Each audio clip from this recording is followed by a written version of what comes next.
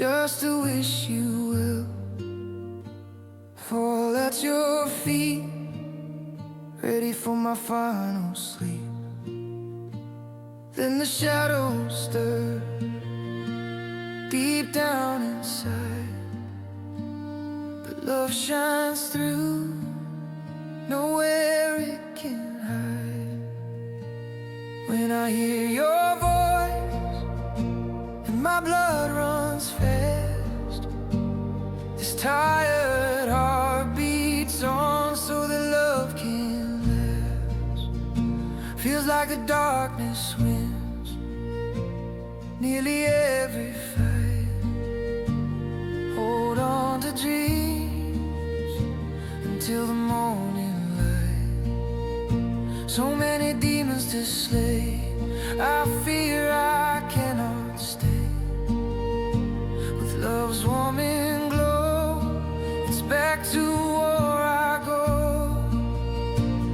When I hear your voice and my blood runs fast, this tired heart beats on so that love can last. We return to the start, when the night was all ours, making love look like art until we return to the stars. When I hear your voice and my blood runs fast, this tired heart beats on so that love can last. Even when I hear your name and my blood runs fast, this tired heart beats the same so that this love can last.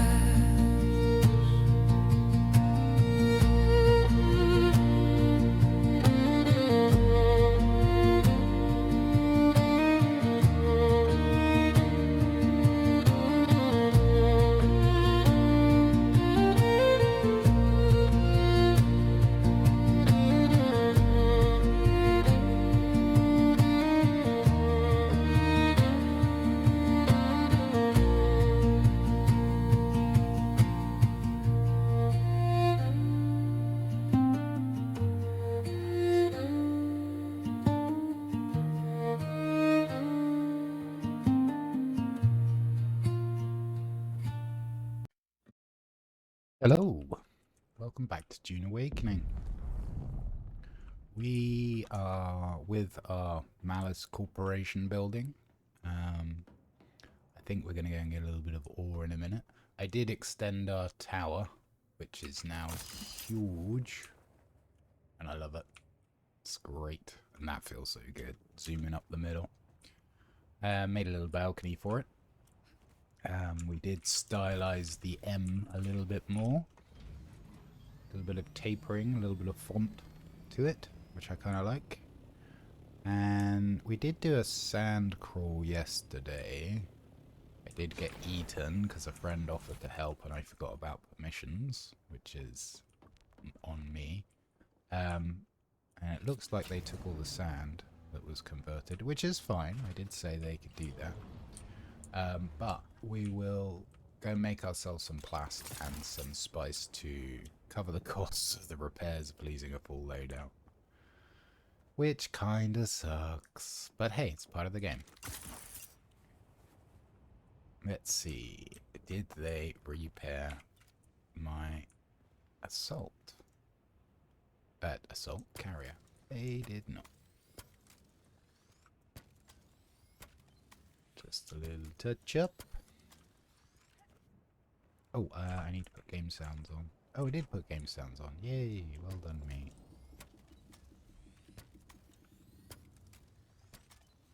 Okay.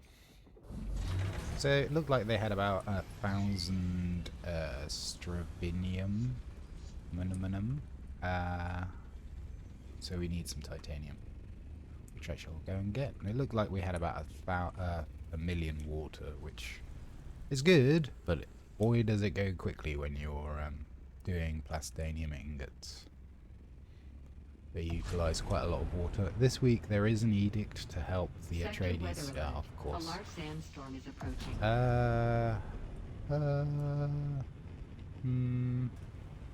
I say we go north anyway. Maybe it misses us. If it doesn't, we can probably go a little bit further north to dodge it. Yes, there is an edict to help with crafting costs, which includes the water amount for doing any crafting, actually. But we are neutral, so no bonus for us. We can get other people to press the button for us, and the bonus would apply, but I don't mind. I just want to recoup what I lost yesterday trying to help someone out.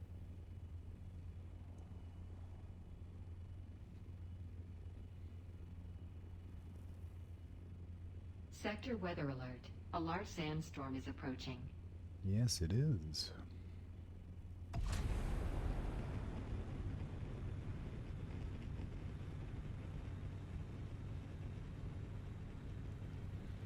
So I'm thinking we'll do a little bit of this, a little bit of that, a little bit of the other, and then maybe a bit of Bazaar. Oh damn, keep hitting the overheat. Go Sky Potato. So we may well do a sand crawl as well. In fact, I'm pretty sure we will. I should have put some bodies on before we left, but we are getting titanium and that gathers pretty quickly. And with a bit of luck, where we're going to gather it won't be hit by the sandstorm. Also, that's a medium, and that's a medium. Sector weather alert. A large sandstorm 2 is minutes. approaching. Run! Okay, how high up is this going? We should be able to see from here.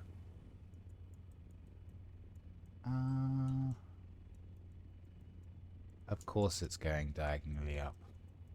So it's definitely gonna hit where we want to be. Okay. Well, I guess we're going south. There's no point going north. It's literally just gonna go over exactly where we want to be. We should... Is this diagonally up? Kinda looks like it. We like right in the middle. Yeah. Sector weather alert. A large sandstorm is approaching. Why are you not going forward, Sky Potato? I pressed the go forward automatically button. Well, we're gonna get hit, which is also not good. Especially with these wings so low. Not the most fantastic start, I will admit.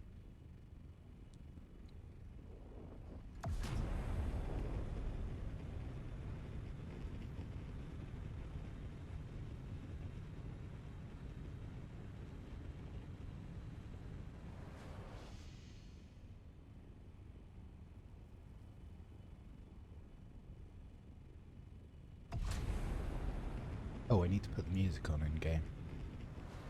I turned it off because I couldn't hear people in Discord yesterday evening.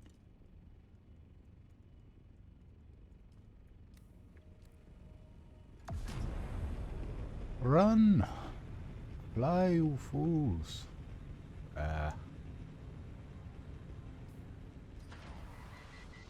It's gonna be close.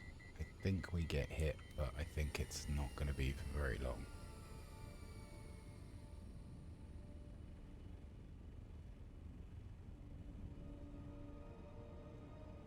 And if I had pressed right hand shift to auto fly, we probably would have been fine. But there was a good 15 seconds on the map screen without moving.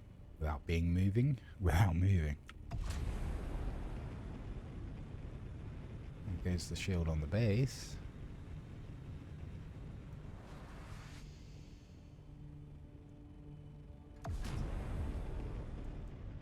Oh, I think we're going to just make it.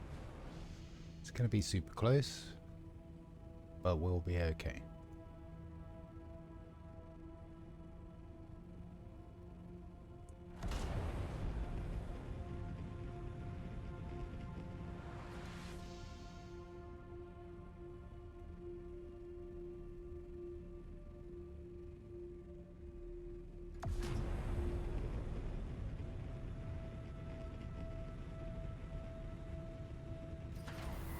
Oops.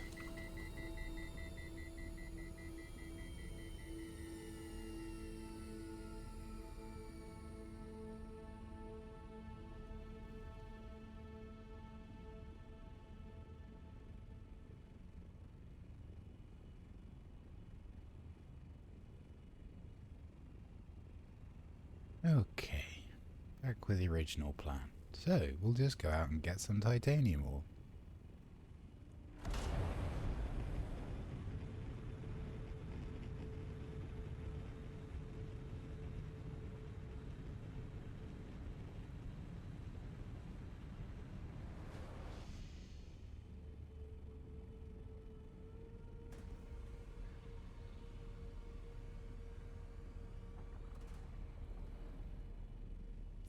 So this week we've got high densities of stravinium and titanium in G5 and H5. They're pretty much right next to each other. Not very far apart at all. In fact, I think you could probably build a base here and just buggy between the two without needing a carrier. And that's something I could consider. But yeah, we don't need to worry about it. We're just going to be making back what we've lost in wear and tear in our loadout yesterday.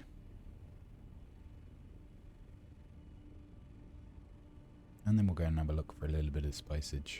It may be that we just do those two mediums, because we should be able to get like 6,000 volume out of those two patches. We'll see.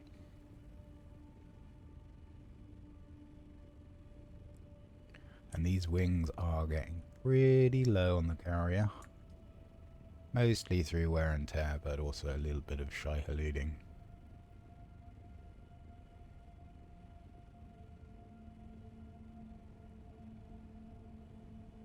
So yeah, 1, 2. A third medium anywhere nearby would kind of seal the deal, and I would definitely do that as opposed to looking for the large crater. But we'll see how it goes.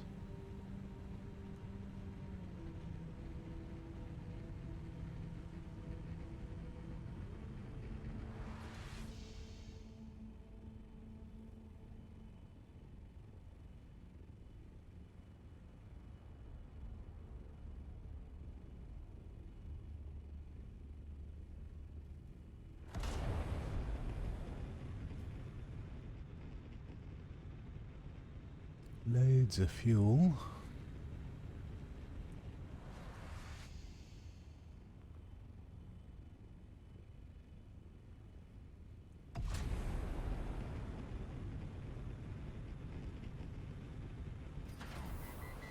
Beep, beep, beep, beep, beep.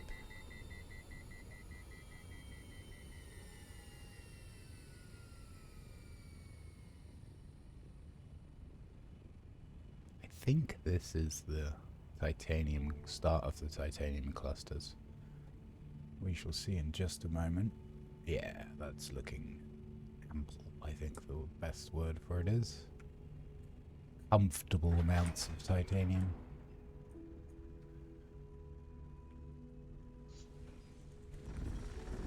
Again, we kind of have the luxury of having a pretty chilled server, so I can do this. Hello.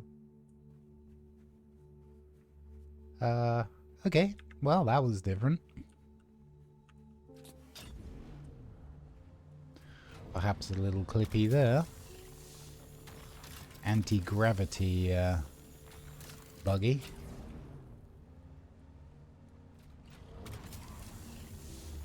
I wonder what caused that. I guess the server misregistered the hitbox of the buggy, causing it to wing into the air.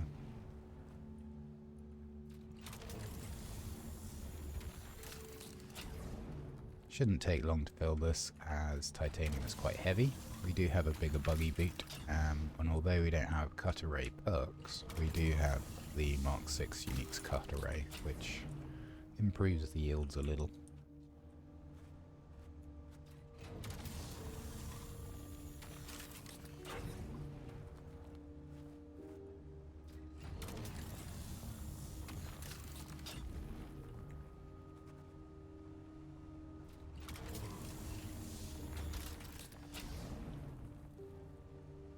And I think one load of this, provided I can get the stuff out of the refiner before our new friendo pulls it all out, should be good.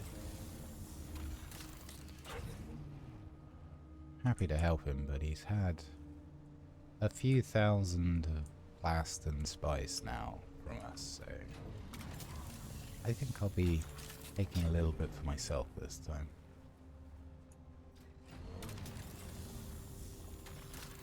Can't remember how much fits in the buggy. I think it's 4,000 volume, but 4,000 units, I should say. I think it's a nice even amount, at least.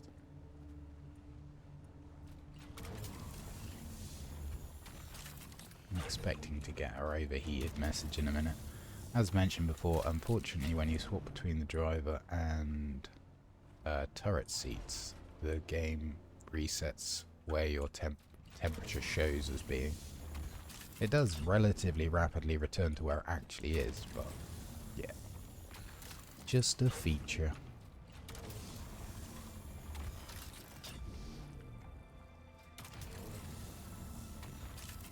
Keep half an eye out that no one's redecorating our carrier while we're doing this.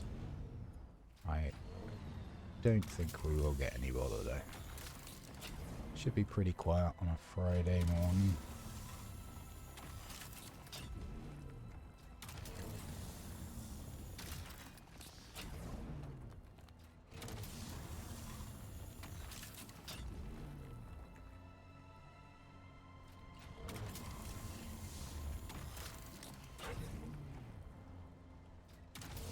I've never seen the titanium and stravinium be so close as it is this week. Both in proximity to each other. Oh, there we go, we're full already. Not exactly an even amount, 3888. Yeah, both in proximity to each other and having both high density node sectors adjacent as well. So it's a good week to gather with minimal kind of effort, and our base is in a great place for it as well.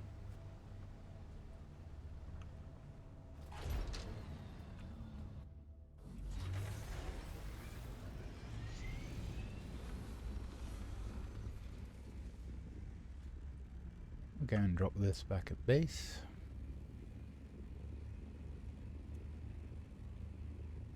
I didn't see a third spice patch, but you know what, I think we'll just do the other ones.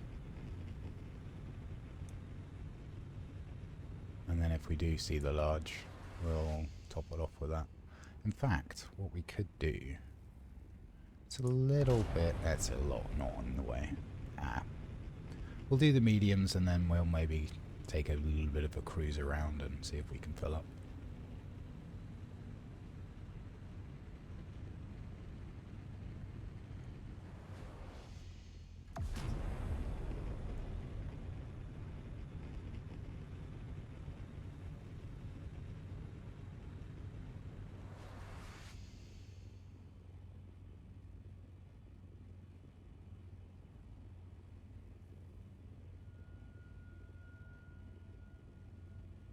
What I might do is actually gum up the output of the large ore refiner and have it output straight into my box.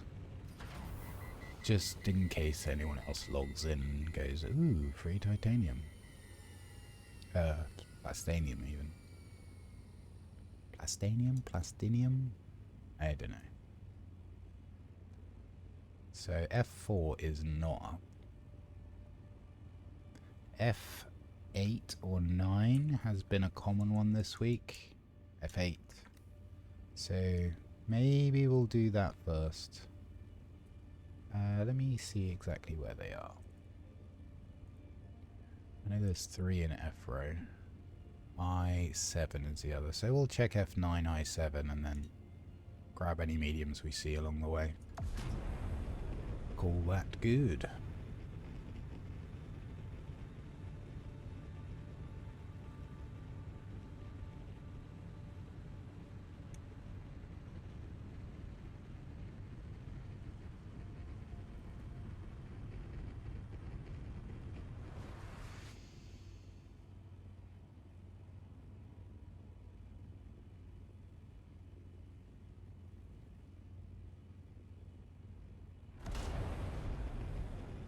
So this will probably eat up all of our water in one go, which is fine.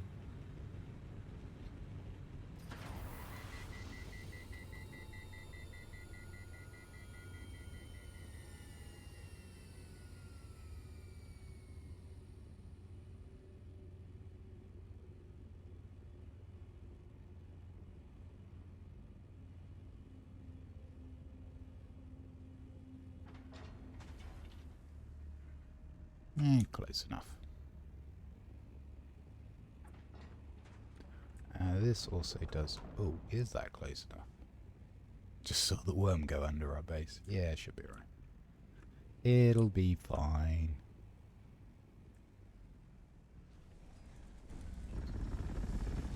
So yeah, the unfortunate incident yesterday was the first time I lost a sandcrawler. I mean, I was able to claim it back. And it's relatively cheap. But yeah, pretty unfortunate. I was kind of sat there going up, up, up, up. And then I realised the permissions were wrong, so I had to scramble to do the permissions. And by the time I'd set them, they'd grabbed me, but they hadn't flown high enough. And I just got snapped out of the air by Shai Halud. Let me see if there's anything in this bin. It should be empty. It is. Okay.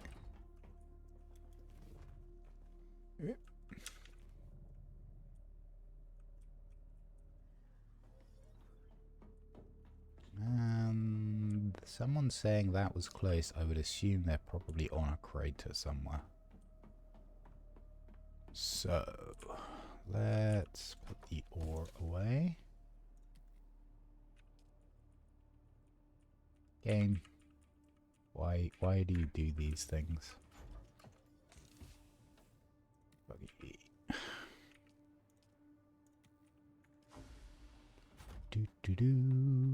And let me see. Let me just grab some crap. As he's nearly always got crap. See if he's got some bullets we can pinch. Nope. Axios is going to be empty. Have you got any bullets? Huh. Yeah, I'll just take these.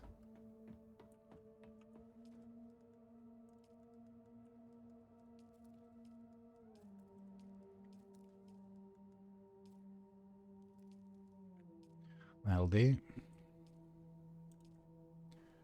And storage, this can out to 7. That seems like a very healthy amount.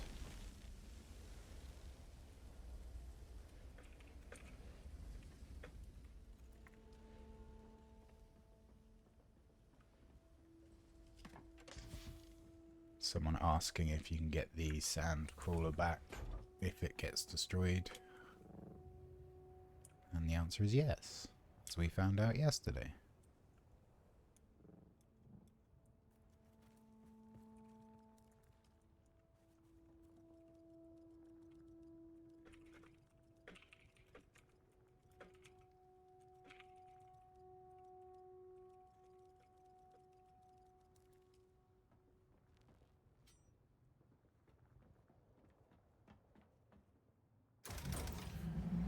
One of the things that does happen is when you restore your vehicle, it is fully repaired, or albeit with the max durability hit, and fully refueled, which is a thing. I guess if you're really hard up, you could kind of destroy your own vehicle and restore it with money from your bank and have some fuel in it. Which is kind of funny. Interesting thought.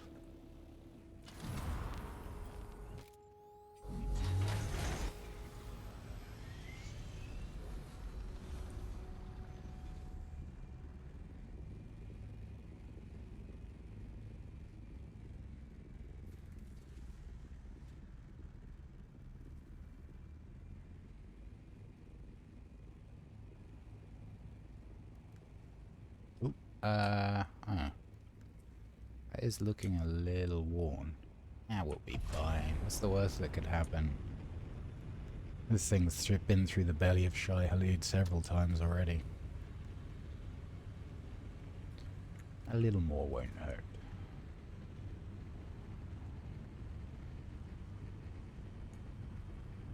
So we'll grab these mediums. One of the things I do need to do is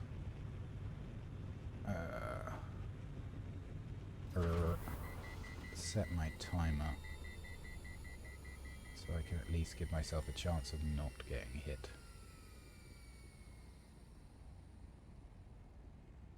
How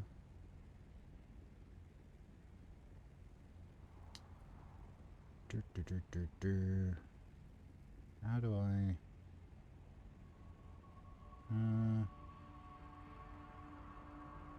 yeah. Ah, there we go. That's what I was looking for. Sorry, I'm fiddling around because I've got my chat on my phone, and I need to get a timer up on my phone too. I thought we would have seen the mediums by now. Yes, yes, good work.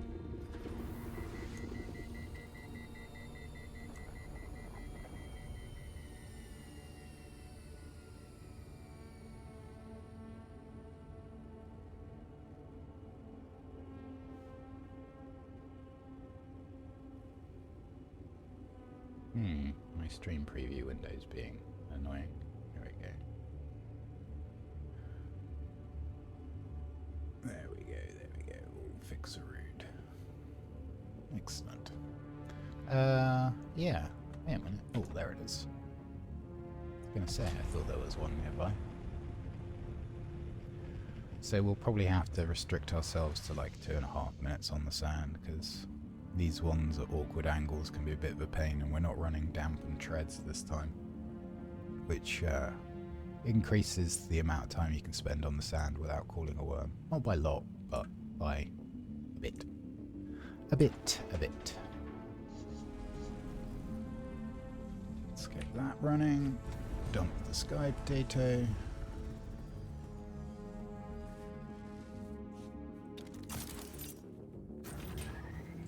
Get slurping.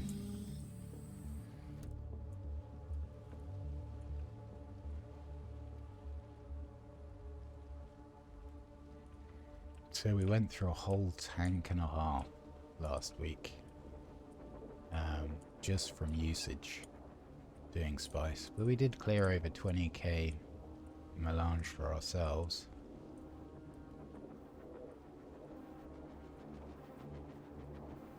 Which is cool. We did split some 3 ways, so one person made... Oh no, I think I made 25, one person made 20, the other person made 15, and then decided to give 5 to the other person. Anyway, doesn't matter. It's all groovy.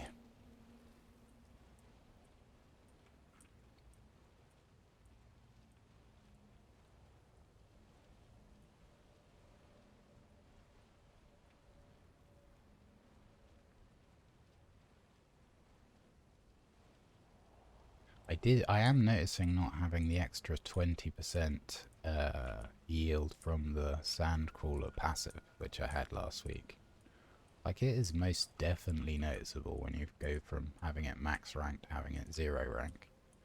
But we're not doing a big grind for spice this week, so don't mind, it's just taking a little bit longer to fill up. Yay, purple circles.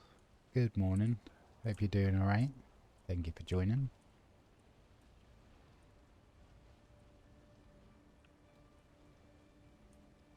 Your name's also appearing as purple in my chat, which is kind of nice and fitting.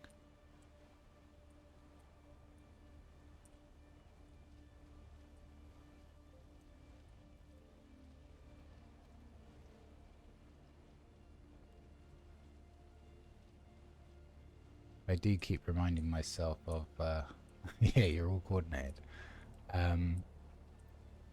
of Spaceballs when they say comb the desert. It's like, we're vacuuming the desert. Right, that's 2.5 minutes on the sand. Let's just lift off and reset. Check for old Shai Halud. I would imagine they're not a million miles away at this point. And these kind of awkward slopes do make it a little bit extra risky. If the worm crests through the brow of the dune, then it will most definitely come right at us. Let's see. Any worm sign? Oops. That's my alarm telling me that I should be in the air.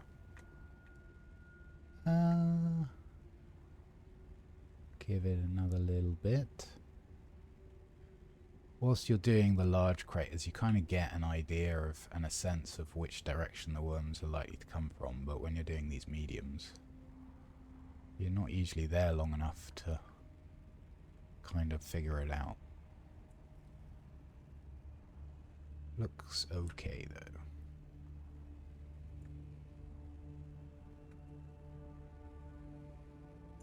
Famous last words. Ticks. That's a bullseye rash right there. Ticks are horrible. Horrible, horrible things.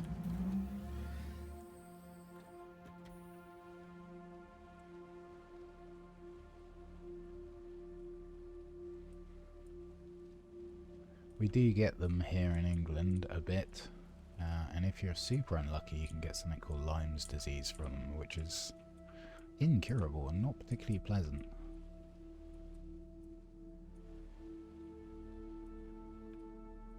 Which I guess is goes without saying really. Dis-ease being kind of what it says.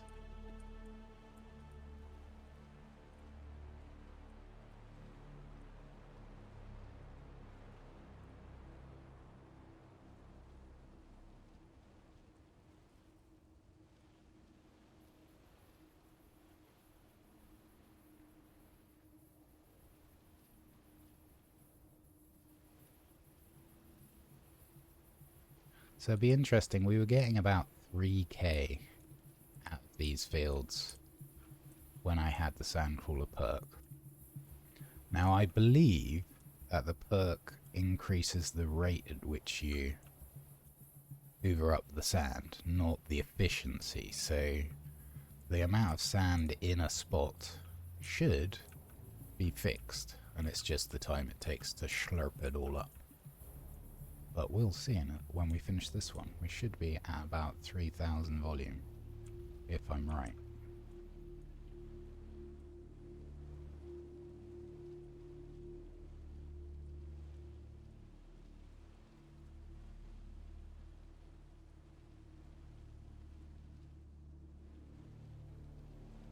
And if I'm not, we will have learned something.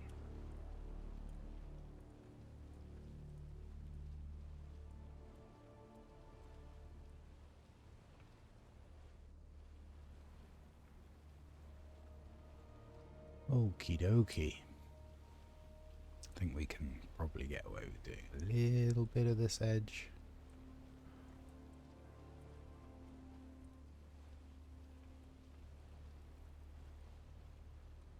Okay, I'm gonna get back up in the air. I have a feeling it's on its way. Yeah, in fact I just saw the aggro meter go up a little bit higher than normal. Let's see. Was I right or was I paranoid? I was paranoid. Okay. Clear so far. We'll still give it a minute. There's a wreck There was a wreck over there. Hang on.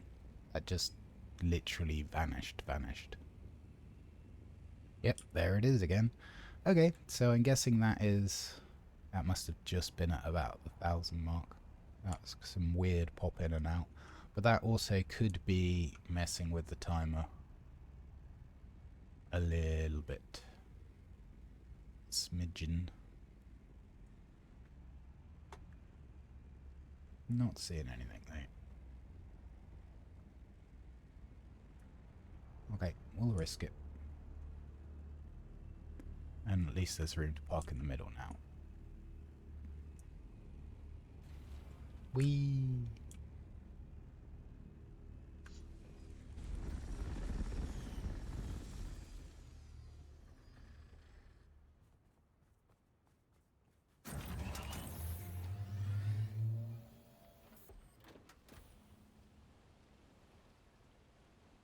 So yeah, what would 20% of 3,000 be? Oh, my brain is not caffeinated, so I can't do that right now.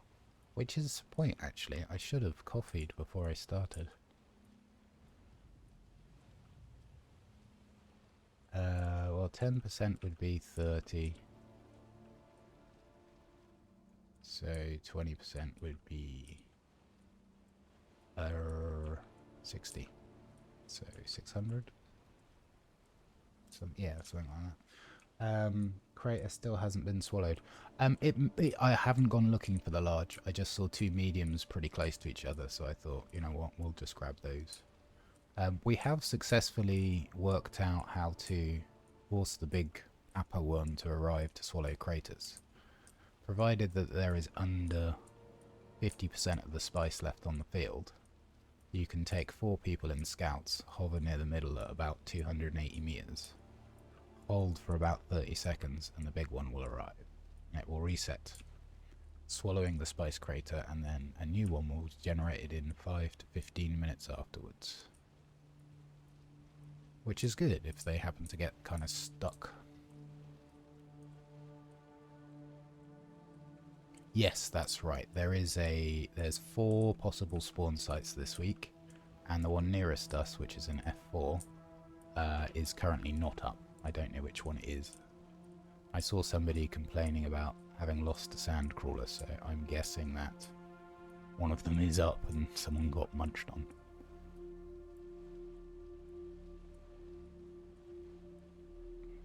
I think at one point you could have more than one crater up, but I might be mistaken. Certainly at the moment, only one spice crater is active at any one time on this server. It could be different. It could be related to how many people are out here and how quickly they're getting emptied and all that kind of stuff. It's a bit of an unknown, but it's nice to be able to force it to respawn when you need to.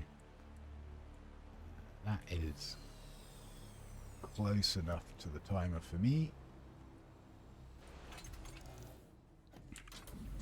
I'd rather take a little bit longer and avoid aggro than aggro and have to wait it out. Let's see if there's anything coming. There's another medium over there which we'll go and grab. Yeah, this is an empty crater, and here he comes. A little bit later than expected, but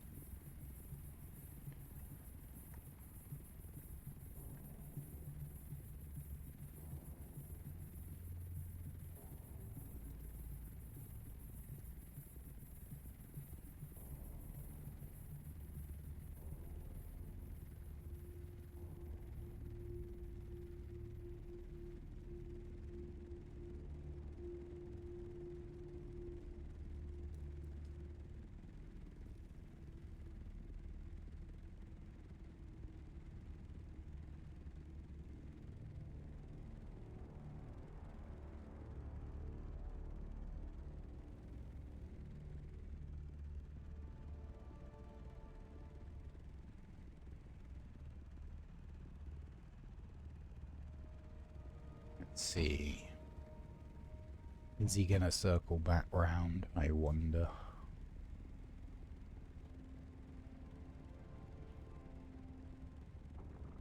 Go away, Mr.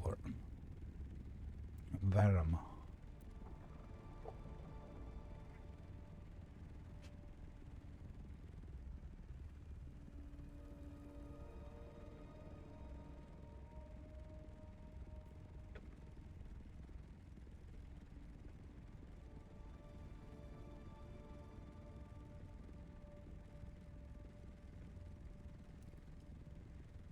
Okay, that seems good.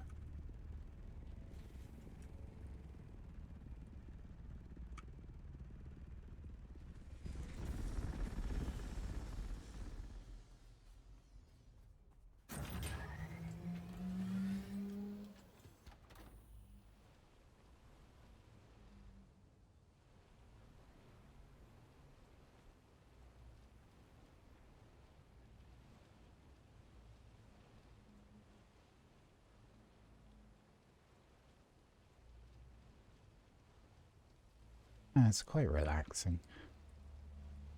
Oh, I forgot to start my timer. Now it's less relaxing because I don't know when the worm's gonna come.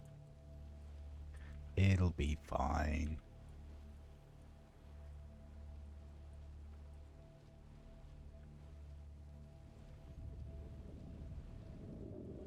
I do hear him. That's him eating the ship over there, which is fine.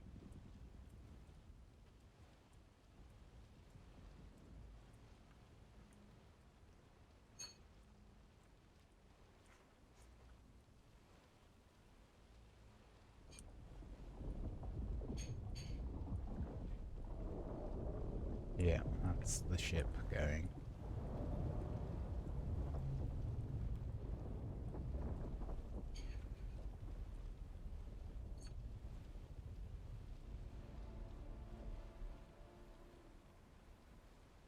I think we can get all of this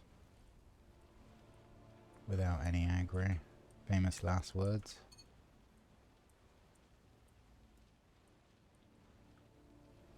Go, go, go.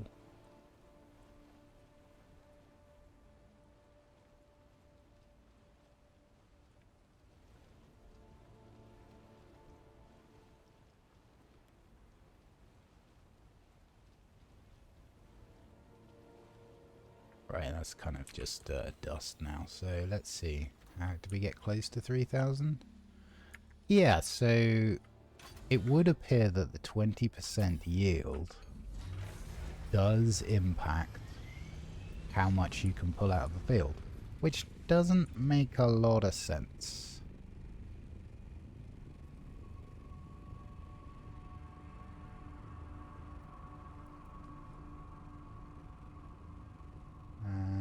But hey, it kind of just goes to show how much more valuable it is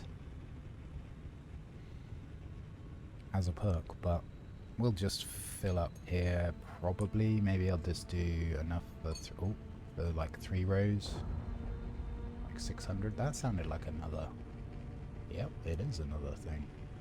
Now, I would have thought there would be some logic behind ships falling and spice craters. So I would say, unconfidently, that that ship will not land in that spice crater. Let's find out, shall we? Oops. Reset my timer. Yeah, we'll be fine.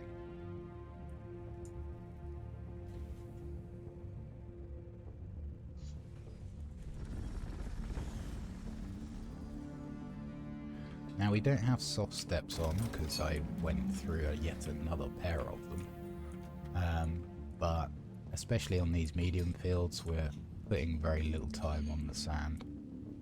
So shouldn't make a huge difference. See if we can get all of this. So we'll do a big wide, semi-fast run on the outskirts of this field and spiral inwards.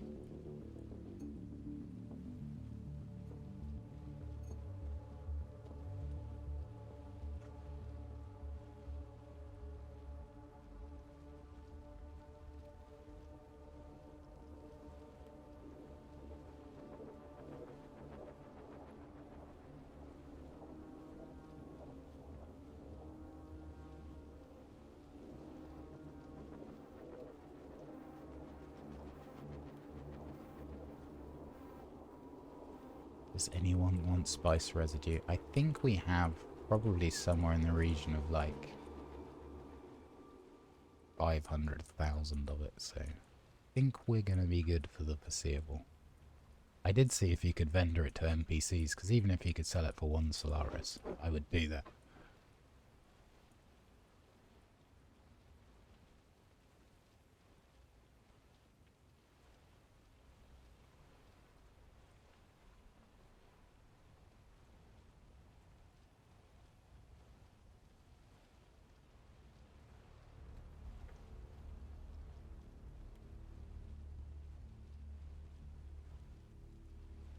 So we're definitely not going to make it around this patch one more time before we need to reset. Apologies about the background noise.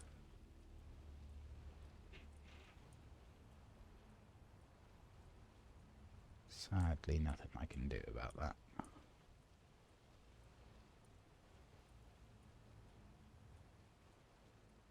$50.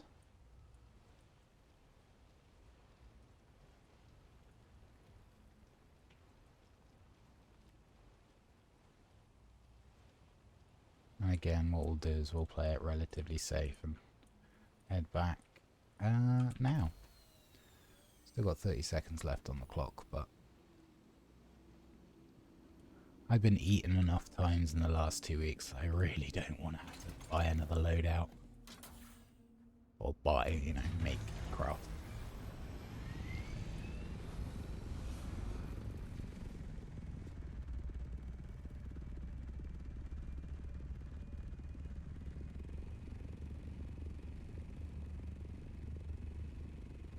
Do. Oh, that's the alarm.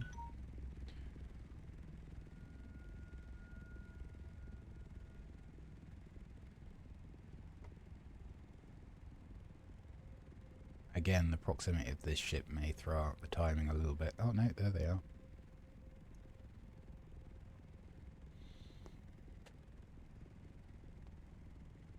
Coming under the rocks of that island, and I expect to see them pop out the other side.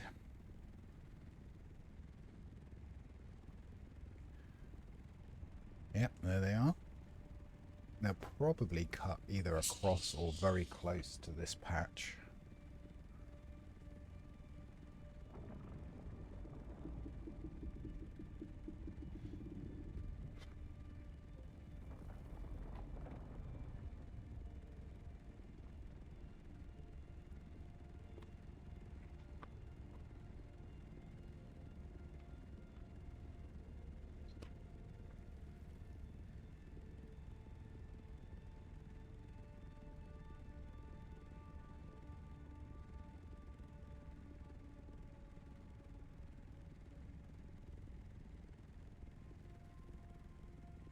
I think we'll call that good enough as a reset.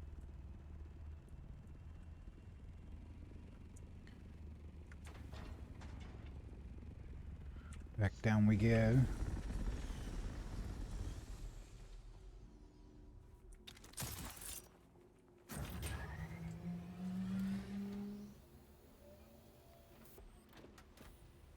Gonna end up with a little bit of wobbly sided spiral here, but that's okay. We're gonna get it all eventually.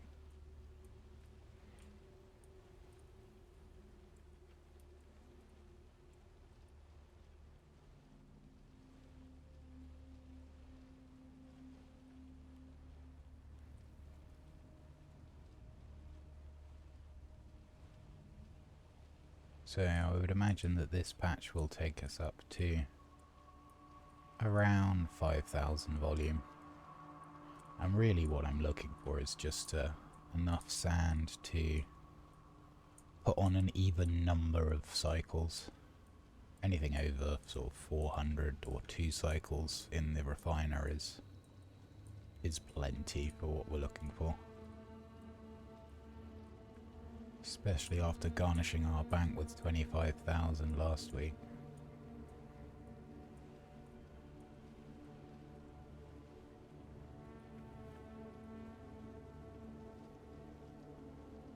I keep thinking I'm kind of running low when I'm out here, because when I pop back to Haga, I don't have much duraluminium or silicon blocks. Sometimes spice, sometimes plast, but of course I've poured a lot of it into the machines which are being used. out in the deep desert themselves, which we get all of back when we move back to Hagar.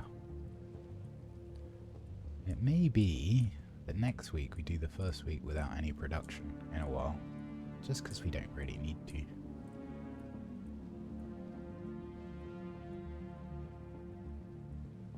We had Scuff come and raid us yesterday.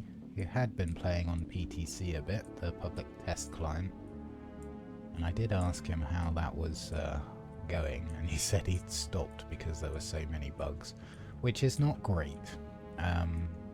But I would hope that means that we're more likely to see the Chapter 3 update closer to the end of March than anytime soon, whilst they fix it. That being said, there have definitely been occasions where things have been pushed out to live that were most definitely not ready. Oh, I see it coming. That's scary. Get up, get up, get up. Sky Potato. Rise. Where'd it go? I saw it. I saw it. I saw it. I saw it.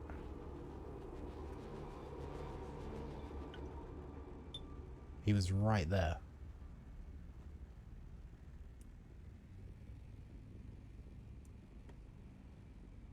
Where'd he go? Maybe he's going to aggro on that. But he was right there. I wasn't imagining it.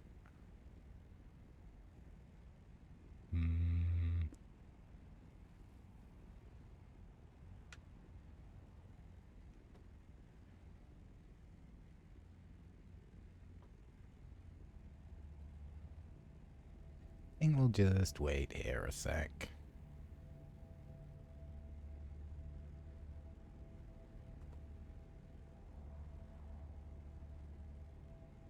Okay.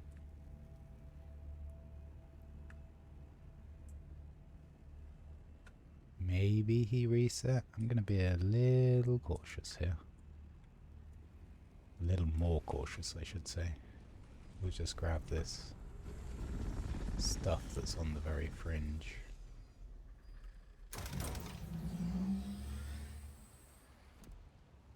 Start the timer again, but I'm not convinced he's reset.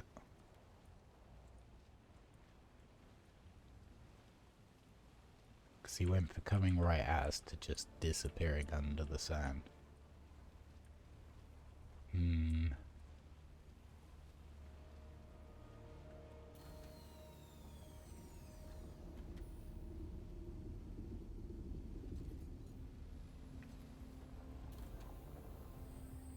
Okay, I do hear him. Question is he aggroing on us or the ship?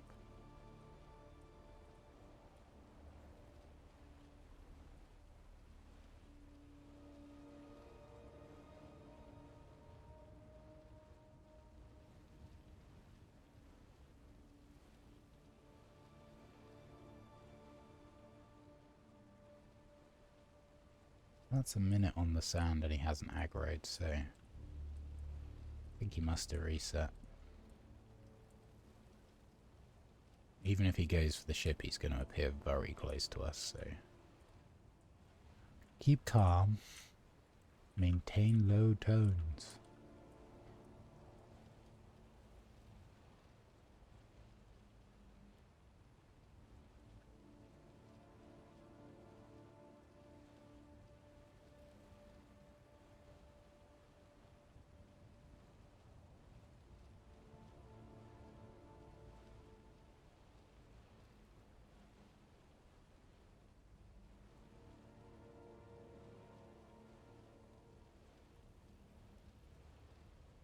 Not seeing any extra aggro on the meter at the bottom, so I think he's gone for now. Got another minute left, technically. Just try and take a bite out of this sloped bit that's a bit more awkward to get at.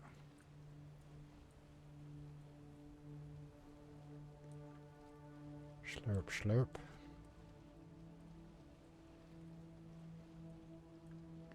"40 seconds left."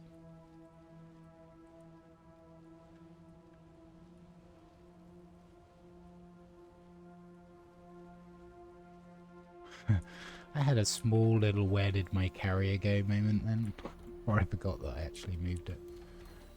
Okay, he is due in the next 20 seconds. So let's head up and see if we can see them coming this way.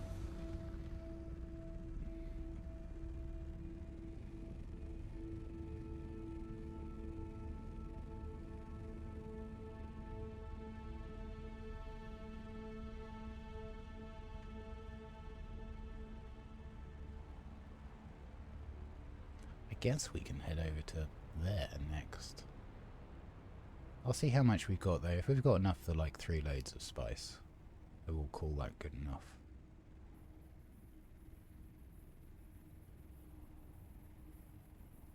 No sign. Surely that ship's gonna get munched soon.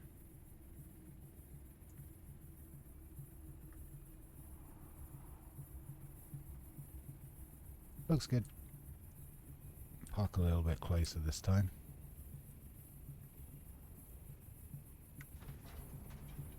Bounce. Okay, yeah, no. Of course. There we go. I just wasn't patient enough. Because I'm coming up a little bit earlier than I normally would, it's throwing my kind of internal clock off. But we'll just wait for them to despawn.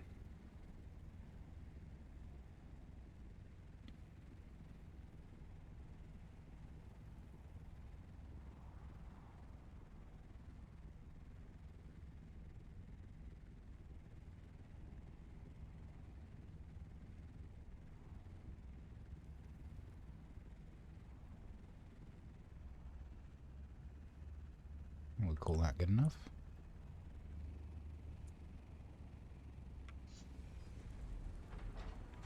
Drop and kill.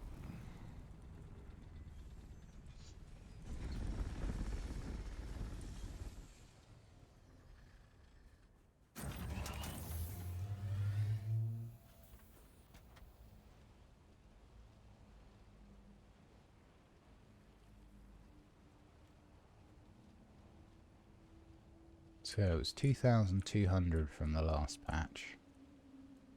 I think we've been a little bit more fastidious in our collection this time, so I wouldn't be surprised if we are up to like 4,900 or something like that.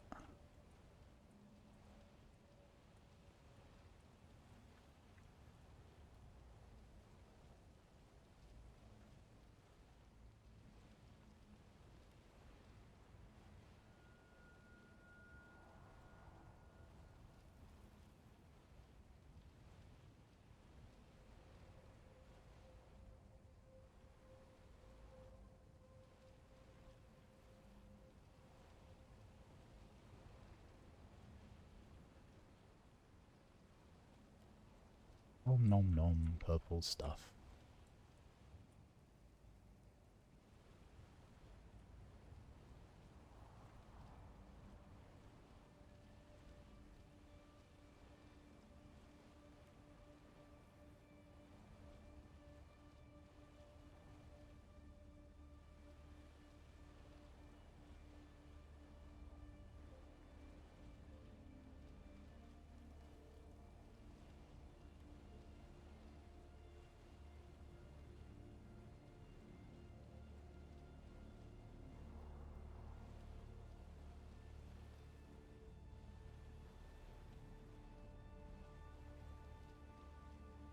The sand crawlers themselves, the vacuums can actually start to pick up spice sand from an incredible height. Which if you have somebody sand crawling with you and they drop you from a great height, you can kind of see, if you turn the vacuum on mid-air, at what height you can start to actually gather the sand from. And I think it's like, it's something crazy like 100 meters or 50 meters. It's certainly more than you would expect.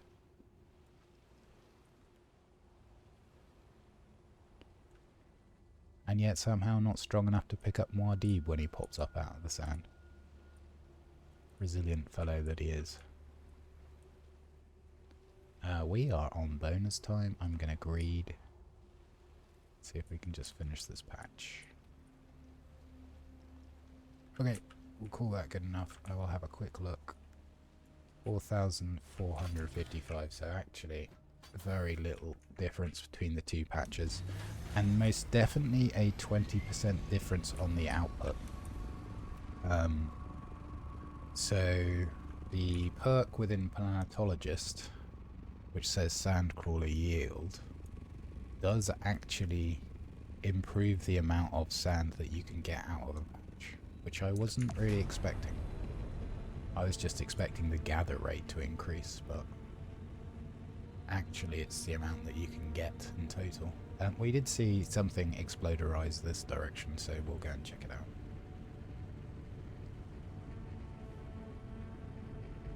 And I didn't really clock how many... You know what? Let me touch down over here. We'll repair the wings.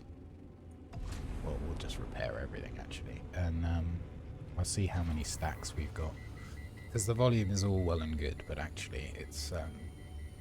every 4 stacks is a cycle of 200 melange. A little bit more if you're Atreides this week, but we're not. And we'll see how close we are to another full cycle.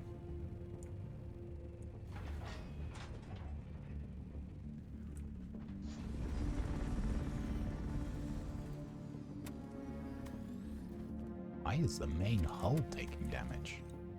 Maybe that maybe that sandstorm earlier did clip us and I didn't clock it.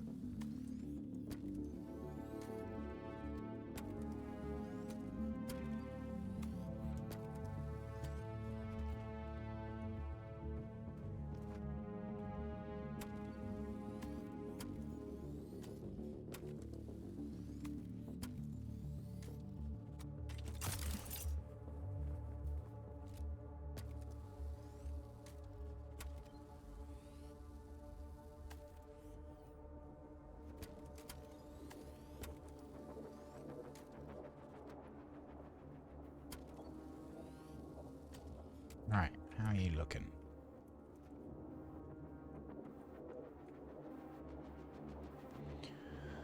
So...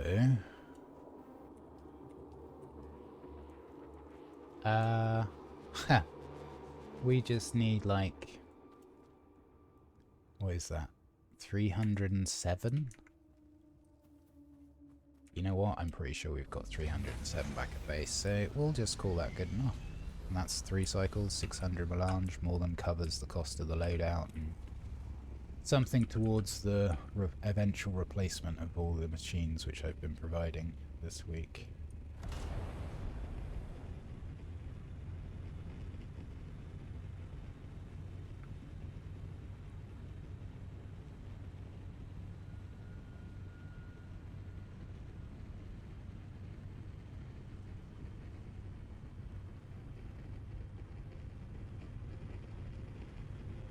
And if for whatever reason we don't have enough, we'll just take the scout and compact up the 303, whatever it was.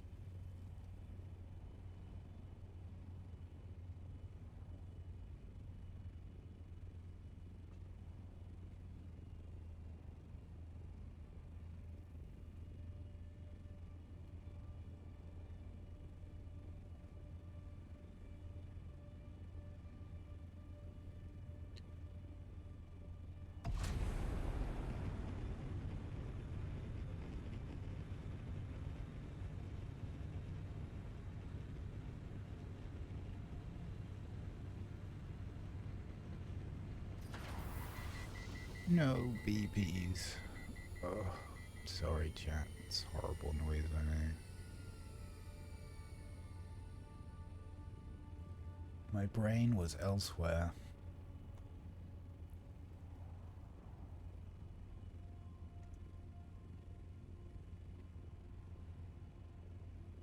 So I can get rid of my timer now.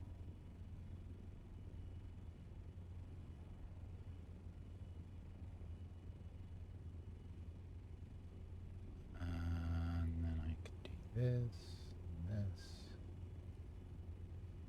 da. Hey, there we go. Oh no, because I had to reset my desktop thingy, your chat's gone to green. Oh well.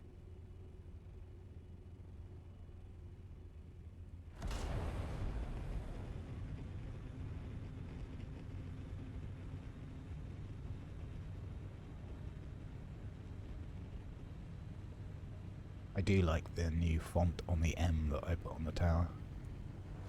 It's cool. I was looking at like spelling out my character's name, Malice, but I think I would have to do too much of a redesign. And also, you can't really make an A out of triangles that looks kind of in keeping with the M. And the C's would look a little funky. Screw it. Go on. There we go.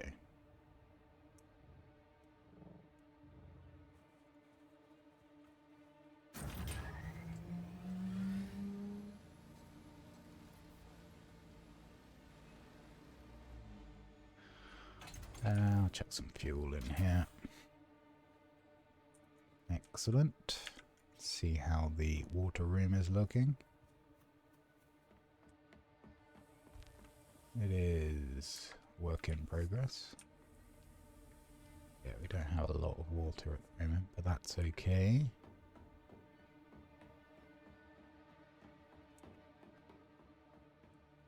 Let's get the sand moved over to the spice bins, which should be here. Hey, look, we had 500, so we are good. Sandcrawler.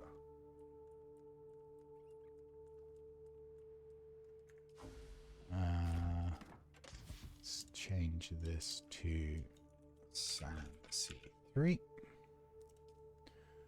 And then put the rest of this in. Oops. C3. And I also want, if I do that and that, until somebody comes and changes the outputs, I'm just going to gum this up with spice residue. Oops. So that when it starts producing, it outputs directly into my container, which is what we want. It's going to be a little while before we get all the water in, but yeah, we've got enough for 3 cycles, which is 600, which is plenty. And in the meantime, let us go and do some stations. Let me make sure I'm kind of minimal carrying. Yeah, that all looks fine. I will repair my welding torch, not recycle it. Storage 7. Change it back to 1.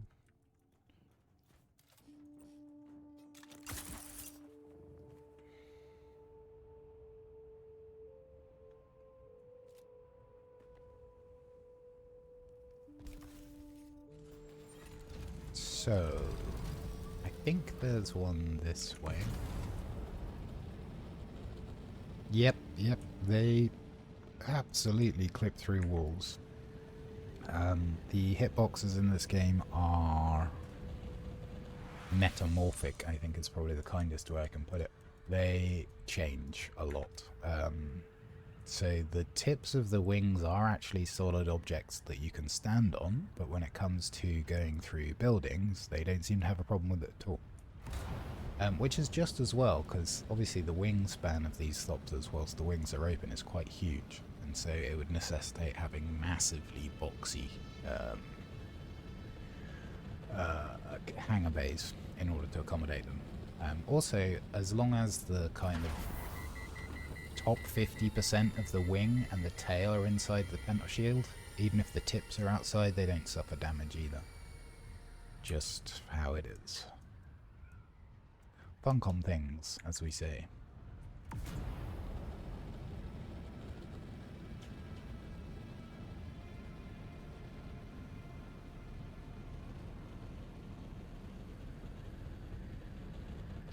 changing how they visually look whilst you're in flight for Chapter 3, and I quite like the things that they're going to put in there. They're going to put like vapor trails coming off the wingtips, which looks pretty.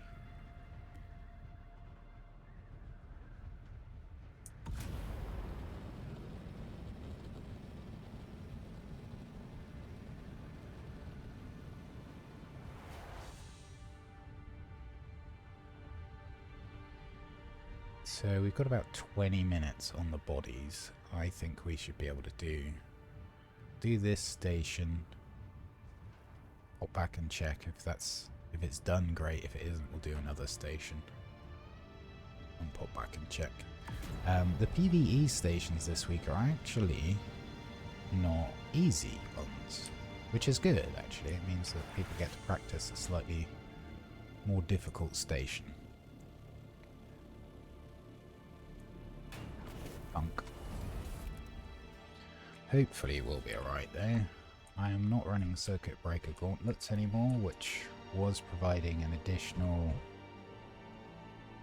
reduction in how quickly the shield depleted, which is a really backward saying if the shields lasted a bit longer. Got a respawn beacon here. Not ours. Let me actually put a combat loadout on. We'll do something slightly different today. I'll run the loadout I normally run in case we run into PvP, even though this is a PvE station. It does have a little bit less mobility, which combined with the fact that our shield is draining slightly faster than it was with our other loadout, it's a little bit scary, but I suspect we'll be just fine. And I want to show off how you can use Weirding Step and Suspensor Blast to take down a heavy in one kind of rotation. One engagement, if you will. I'm going to take out this AR guy first, though. Oh, that's a lot of purples.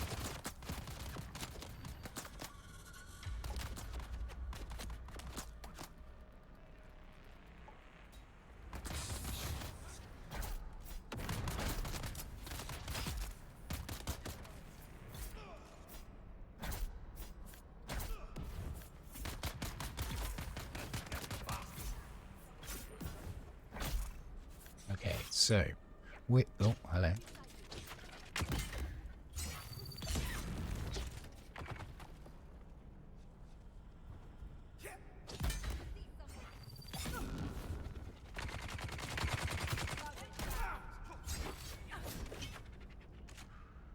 Come on. So we're letting these guys just attack to get the parry off.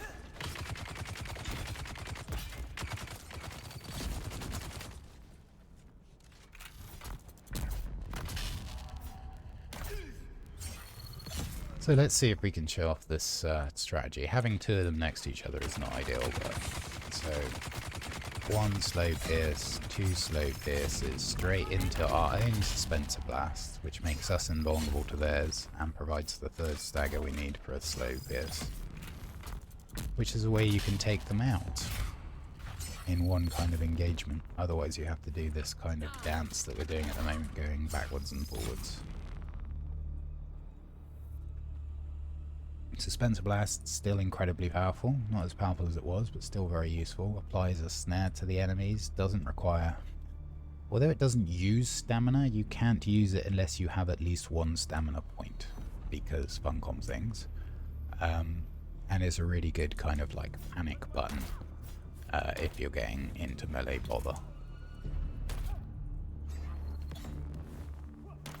You can also hold it and let it go to do a little bit more damage, but the damage is negligible even at full charge, so I would not concern myself with it.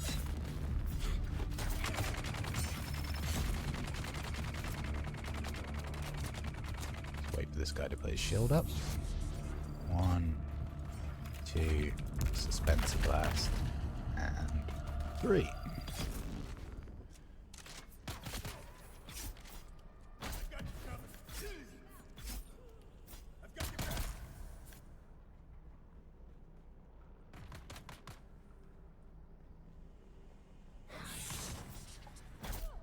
Sure there should be, I was going to say, I'm sure there should be one more guy here. So, one of the disadvantages of Suspensor Blast, which you may have noticed there, is that it puts your weapon away. Not always, I seem to find, but it can. And the time it takes to draw your weapon and then the slow pierce can make the difference between getting the hit in and not.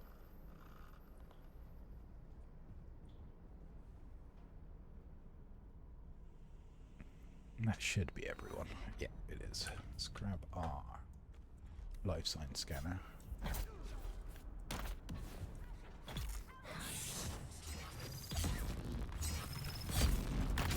So we got a little cheeky hit in on both of those guys just as they were coming in through the door, which is something I believe they were trying to stop people from doing, but have not actually managed to implement yet.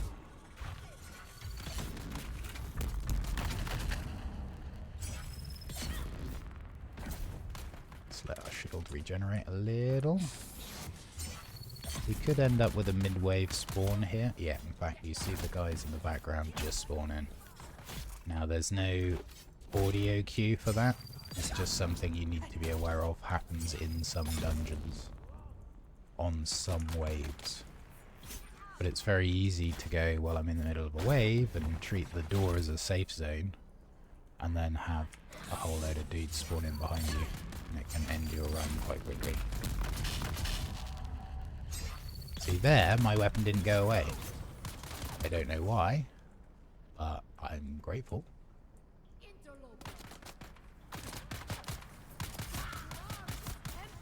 Oh crap, that's a lot. Yep. Ouch. Ouch, ouch, ouch.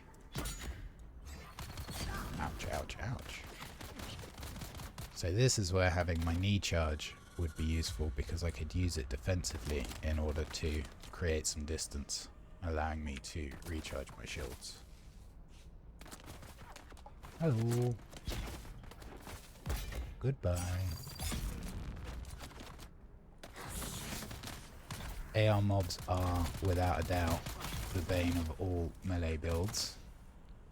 Now, a sensible person would have a shotgun for such situations and shoot them in the face, but not number one on the sensible list here.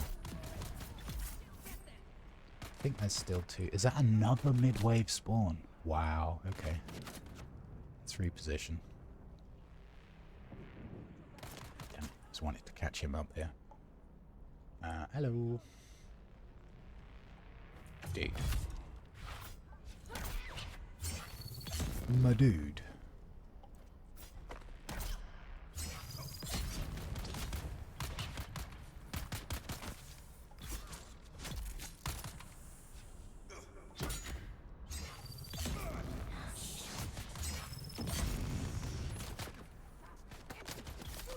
So a dashing attack or a sprinting attack is the equivalent of 2 lights. Light being the equivalent of 3 lights being the equivalent of 1 slow blade. And through having an awareness of how much HP they have, you can get the number of hits right. So these guys are 3 slow blades, or 1 dashing and 1 light and 2 slows. Any combination. And if you keep track of their hit points, means you don't over damage, and it saves you a little bit of time too, and stamina. Now, the amount of strikes it takes will vary depending on your loadout in terms of your passives and techniques.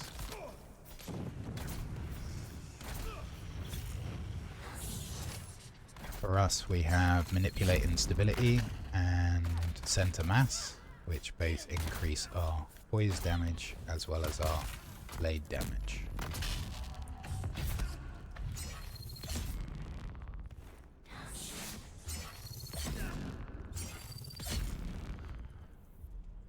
Okie dokie. One more wave, I think.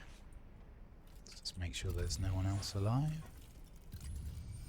Looks okay. Excuse me.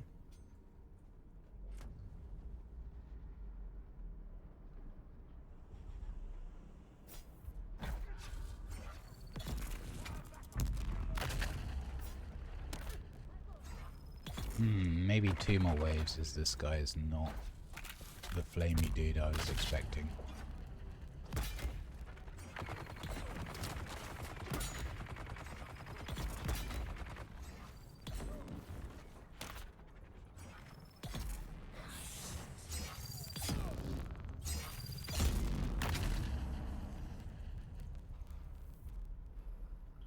No second wave or mid-wave spawn.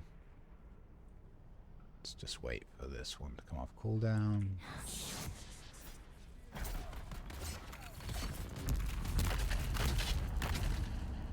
Our weapon went away that time. Again, I don't understand what the rules are that govern when that happens. It seems a little bit random to me. And I'm sure it's not. I'm sure it's just my lack of understanding.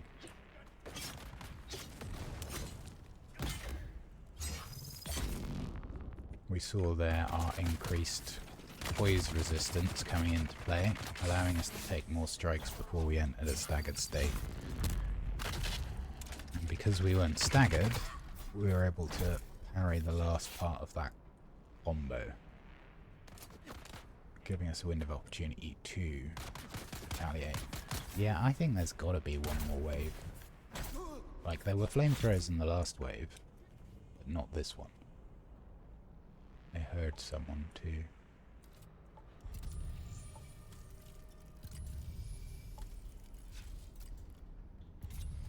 Maybe not.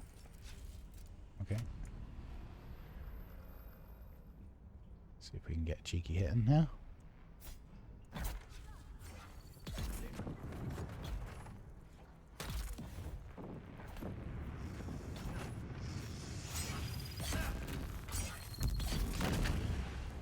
This will be the last wave. We may get a mid-wave spawn. We'll have to see. Damn it. Dag nabbit.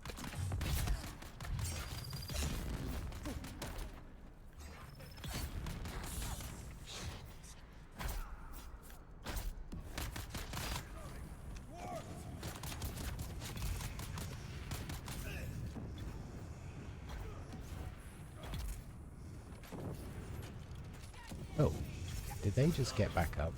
I think so.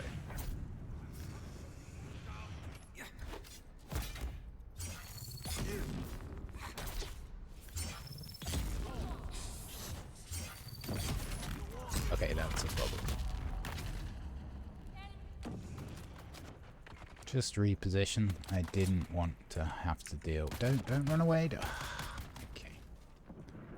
I didn't want to have to deal with the fresh spawns there, as well as all of this.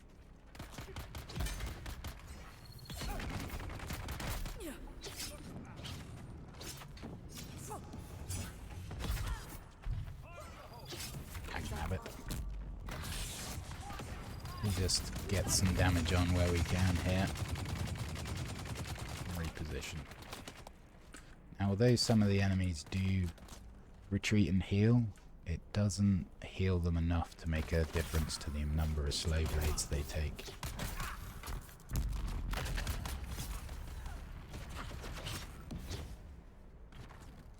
And because we've already had a mid-wave spawn, we're very unlikely to get a second one.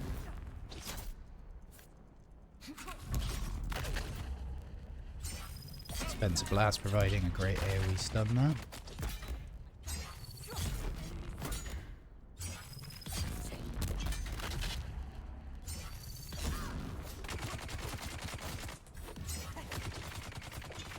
Still so many sword guys.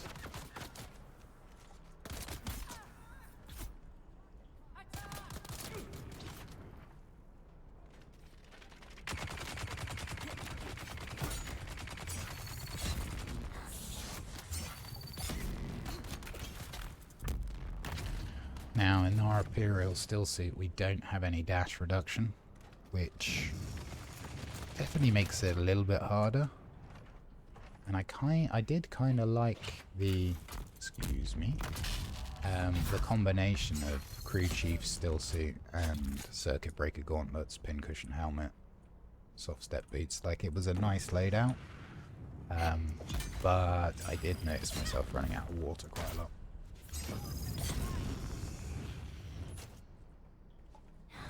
I think most people would say a bit of water loss is a fair trade-off for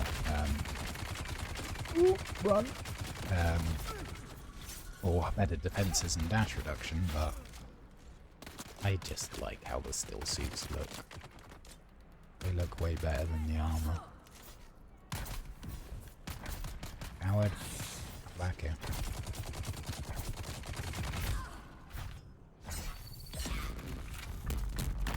So, although they set off their suspensor blast before we do, you can actually, because you get iframes as well from their suspensor blast, your stun hits them and theirs doesn't hit you, which is kind of handy. I don't really feel like it should work that way, but it does.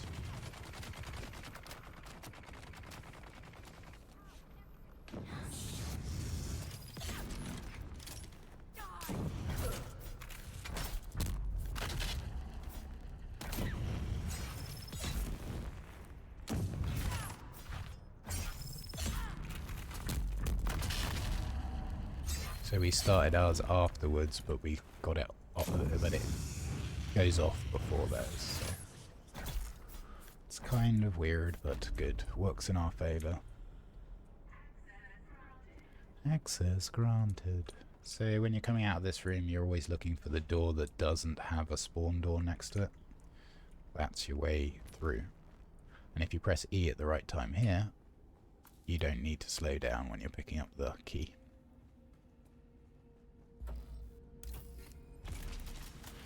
Just little things that I've learned. It is all my Prana Bindu training, exactly. Prana Bindu stability.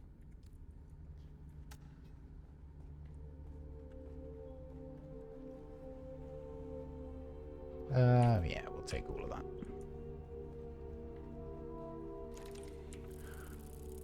The most useless item to find out in the deep desert. And why is that? Because there's nothing you can use it on out in the deep desert. There is no harvesting of water from plants currently out in the deep desert, which is a shame. But I also do get why, because people would build bases around them and it would get coveted like it has done in Hangar in the past.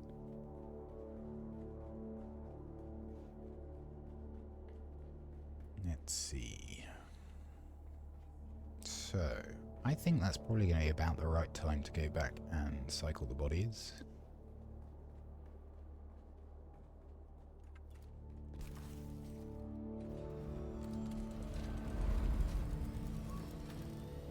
Where are we going? We're going over here. And the other station, if their bodies don't happen to be ready, is very close to us, which is another tricky one called the Spice Silo. It's the one that has the sort of Easter egg of the guy died under the giant pile of spice. What makes that arena difficult is, although the cover is okay there, it's a relatively small arena with the same amount of bad guys that we were just fighting. Also has mid-wave spawns. So you can end up with a lot of bodies chasing you. I think there are some really good positions you can have up in the rafters with a gun. If you're going ranged, you can probably just sit up there and merrily kind of kill them all. We do not follow the way of the gun, at least not yet. We may be forced to do so in Chapter 3. Let's see. And I suspect if we do, it'll be a sniper rifle, most likely the Dune Watcher, which, although it doesn't provide the same damage a second output as the triple shot, does poison enemies with a single shot, even through shields, and then probably a bleed or a burn shotgun. Probably a burn shotgun. And then whatever the new dual blades are, I'm looking forward to trying those out.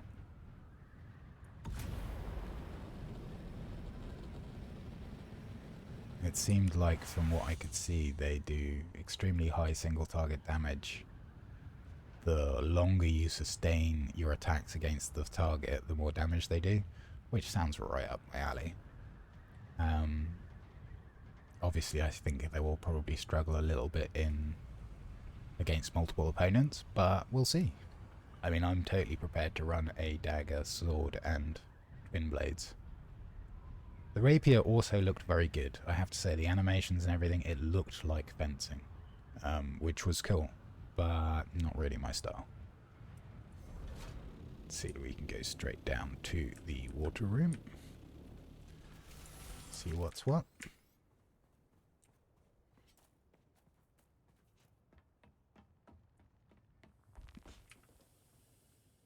I think we can wait 1 minute, 24 seconds. Let's go and dump all of this stuff off, since we're relatively full.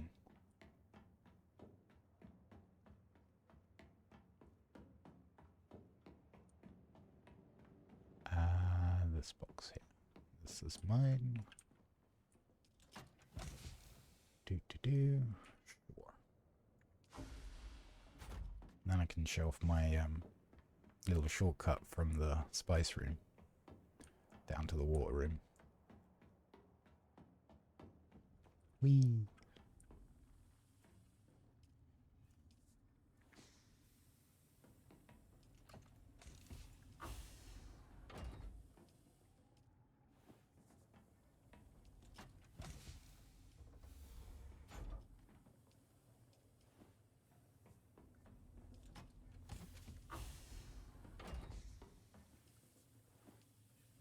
It's definitely more of a shortcut down than up, but we'll try it in reverse. I usually run around, but let's see.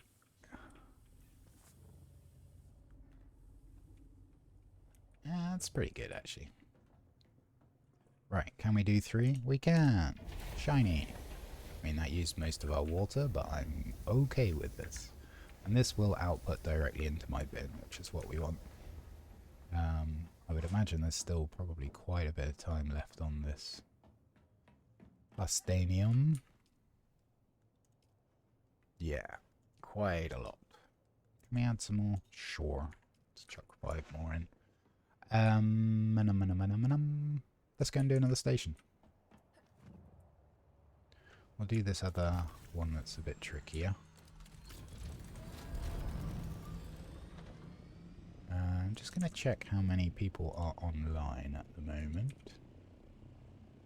just to see if it is worth going looking for perhaps a little PvP action. There's hardly anyone on, which is not surprising given the time.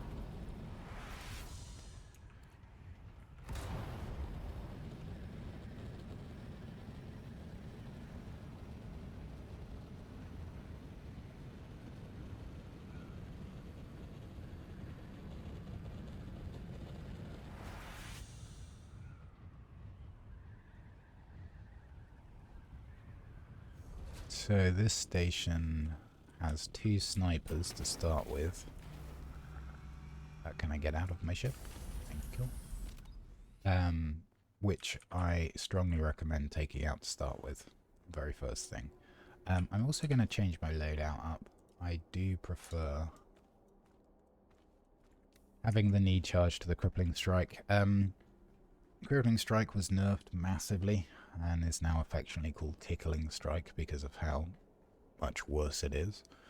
It used to provide a snare and a massive debuff to anybody who attempted to dash whilst under its effects.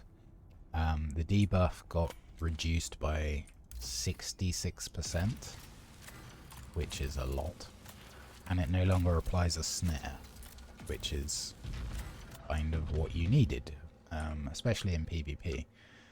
In PvE, it's useful because it provides a frontal AoE stun. Enemies currently with the combat strategies they have, it doesn't really matter if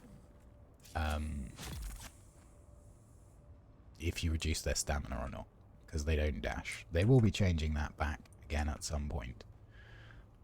The knee charge has a significantly shorter cooldown and works as pseudo mobility. So I prefer it. If my shield is running low, I can turn away, knee charge, and Cover quite a large distance. Oh, there's only one sniper in here. Beg your pardon. This is not what I thought it was. But it's still one of the trickier stations. The volume of people that can come at you with ranged in one go can be quite significant.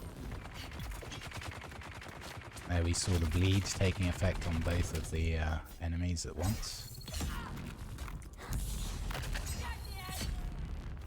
And there we saw iframes being applied to the opponent whilst they're in their suspense of last state, preventing them from actually being stunned. Oh, he went down pretty hard. That should be it for here. And then now we're into waves. There's always more waves here than I expect. I think there's 5. Again, we'll be keeping an eye out for the flamethrower mobs spawning, which is usually an indication of the last wave.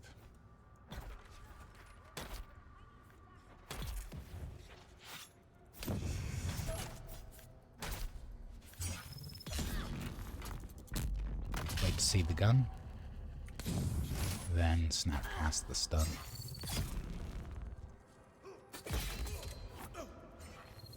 One retaliate, one strike. Makes them bleed out. And there should be one more dude, or possibly 2 over here.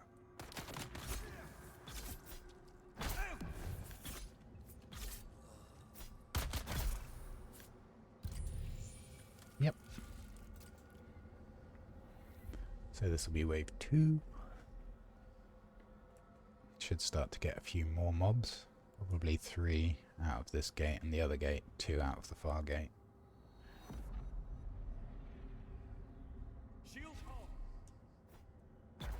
Yeah, we might get the double kill. If they don't dodge there, you can actually get a double kill, which feels great. Let's just go and stand over here. Wait for our sword friendo. What? I don't know what happened there. My skill went into cooldown status, but nothing happened. A little bit scary, but no harm, no foul.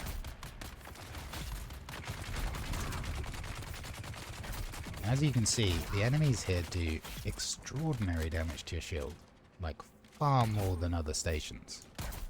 Now, I don't know whether that is a property of the skill loadout that they potentially have in the background. Perhaps they're using slightly different versions of their weapons, but be mindful of your shields in here, especially if you're solo. You can go from fully shielded to completely dead in a matter of seconds. Was that everyone? Yeah, I think so.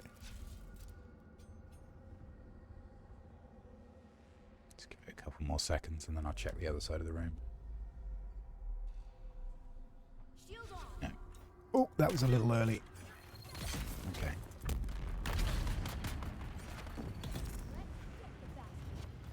Let's retreat a little. Bring the melee mobs up to us. Or mob, I should say.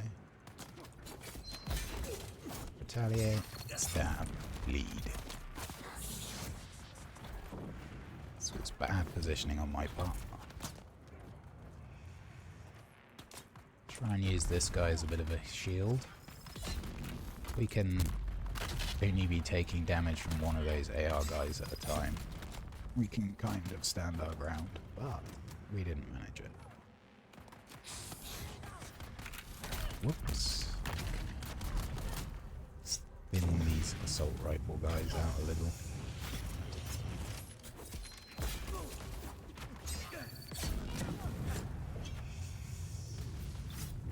Also not sure what governs whether enemies go into a prone state still. I think it's just RNG. Because I've definitely put an overkill amount of damage into enemies before now and they've still gone prone. That was wave 3, so I think 2 more. Let me just make sure there's not one lurking over there. No, it looks like we're good.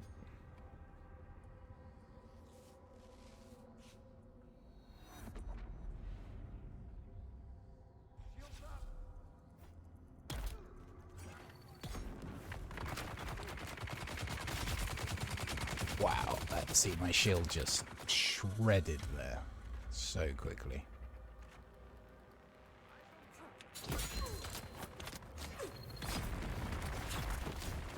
Hot damn.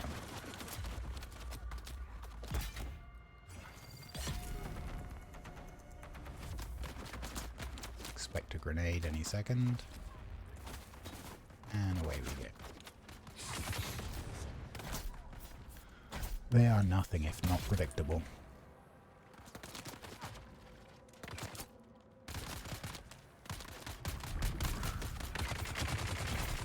Yeah, that's a crazy amount of darts.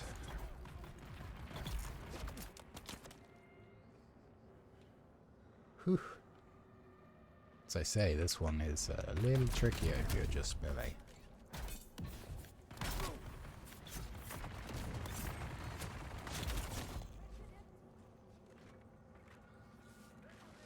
Grenade incoming.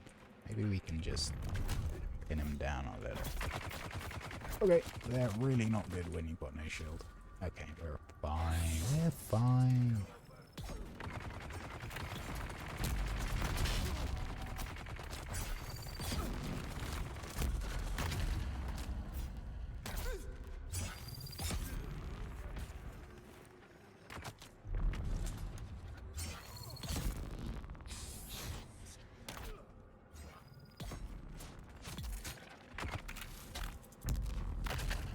Nice animation there.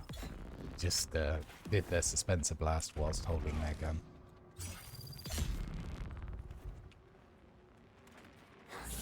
So I think one more wave. That's what I think.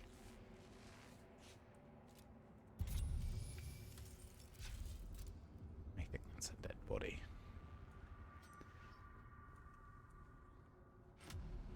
So, hopefully last wave.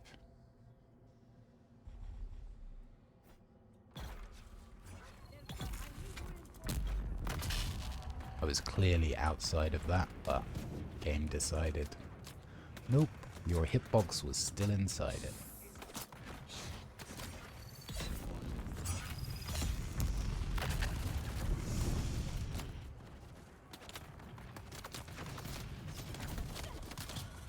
Not good, not good, not good.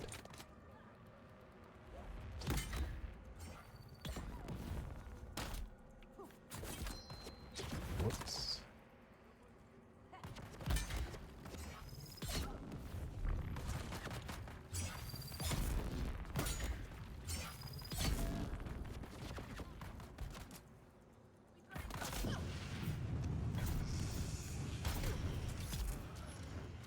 Again, the presence of the flamethrower mobs indicating that it's most likely the last wave.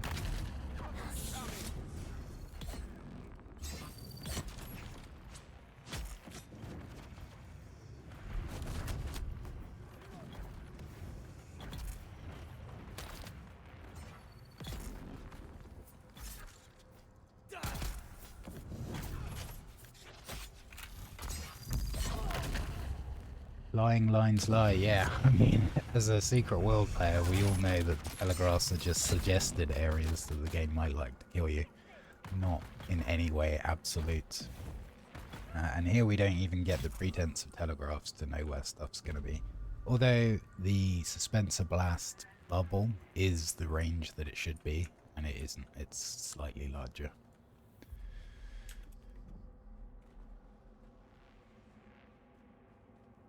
But yes, the lying lines lie. Quite right.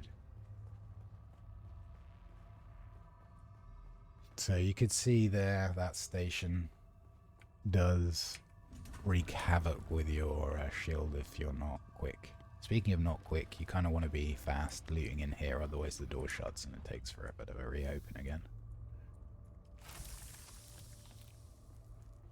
And it does shut itself rather quickly.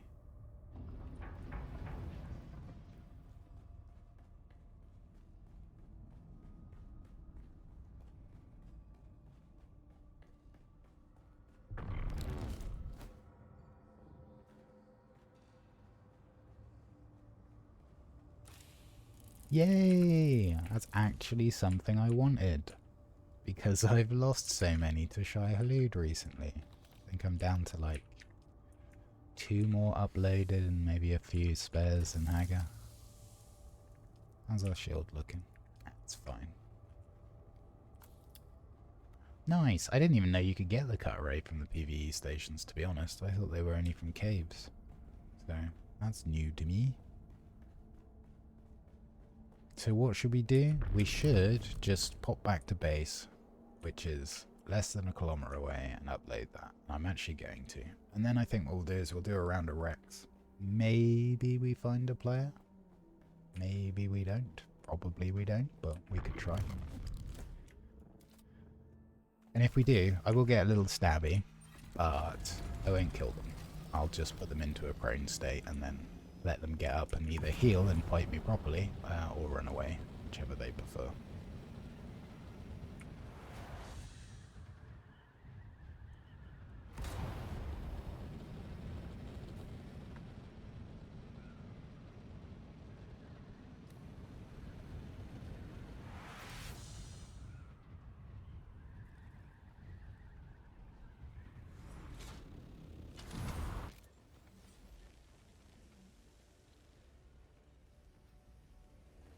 Amatrades skinned Thopters, they're too big. I'm actually not gonna put that in, just because if I decide to do a quick deposit, it will cost me. It won't cost me, it will mean that my tool that I want to use will also get put in there. So how many are we up to on those? 3? Something not a big number. I think it's somewhere near the top. Nope.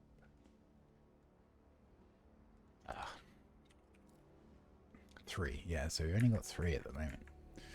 Not a huge amount. Yeah, Rex. So Rex are in G2, I4, G8. Like a G8. Yeah, let's go and do that. So there are 2 types of these crash wrecks. This week there are 2 which are called the dark wrecks, which actually don't have any enemies in them. And there's one which is called the walkway, which does have enemies in it, and it also has a lock room.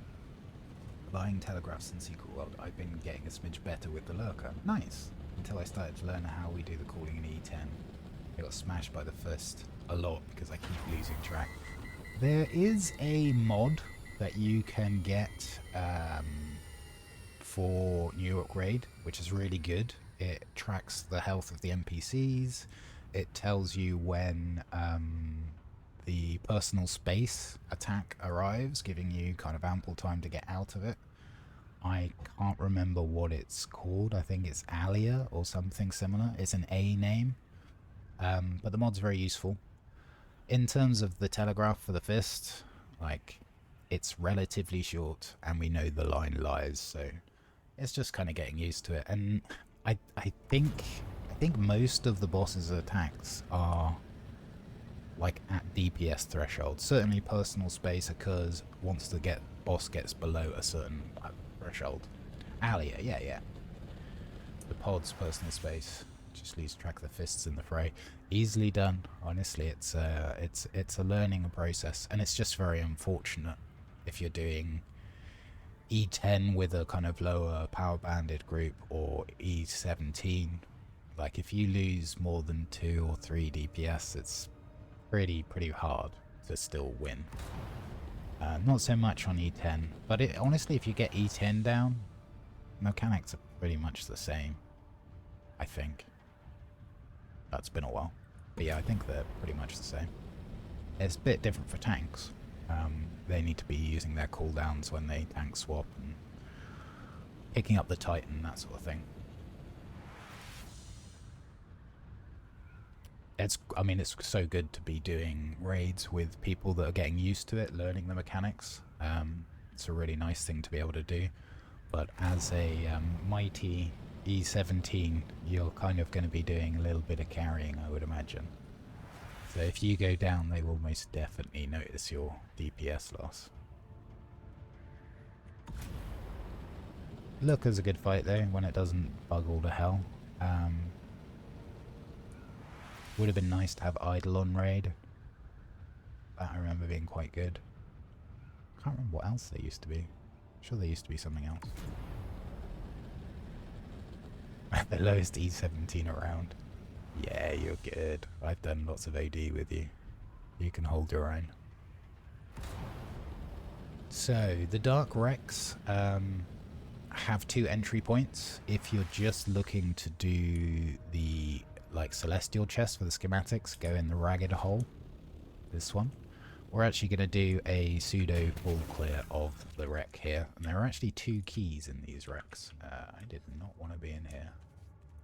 Can I get out? Can I get down? Game.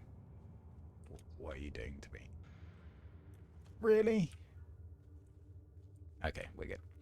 So if you want to do a full clear, you can come in here. Having a light is really useful. This corpse has one that you can carry in your hand. I normally go through these without a light on because I kind of know where I'm going. Something to be aware of, which I just wasn't, are those mines. So although having your shield on does light you up like a beacon in the dark, this place has quite a few mines. So if you're looking to perhaps ambush some people, you can do a lot worse than coming to one of these wrecks and hiding near a location of a mine that would go off, which kind of gives you a warning that there's someone here. Coming out of the like a proper loading bay, you can come up here, grab the green key, follow this red light, and you'll find the green key door. There's actually nothing significantly worthwhile when you're kind of in the late game here, but it has a large chest. Like these recycle into diamondine dust, for example. The rangefinders are okay. It's more diamondine dust. Like they're okay. It's probably worth it for a few seconds if you haven't got a gigantic pile of materials already. Now getting the key, you can come in via the roof in this room. There's no room which connects both the hangars. You have to go round like we just did. But you can come into this room. There are 2 entry points. There's one here and there's one here. I tend to use the one on the ground just because it's easier for me. You can come in here, grab the key. You heard the mine going off. And so in order to get this key, both entrances are mined. I think you might be able to get past that one without setting off the mine, but most of the time people are going to set off the mine. And then you come back out either there or here, and you're looking for this cut through here. Now if you don't have your light on, like, you just can't see it. It's invisible. I usually come through just with a scanner and use that to kind of guide myself. So you can walk in through here until you see this red barrel, kind of walk towards that, keep your eyes to the right, and there's the door we're looking for. And the next wreck we do like this, which is at the far end, we will do without any personal light.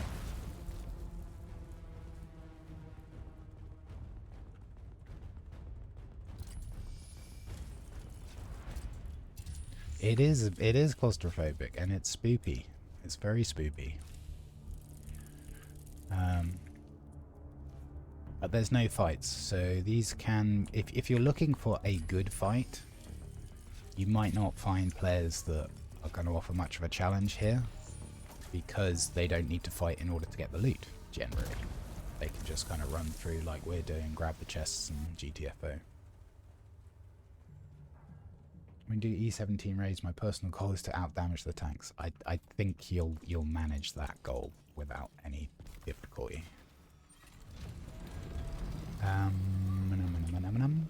So now we go to I4. So I4 is the other kind of wreck. There is a third kind, which are just the tiny little wrecks, but They don't have a lock room. They are generally guarded, apart from one in A row, by... it's usually 2 ARs, 1 melee, 1 heavy. Sometimes it's 1 less.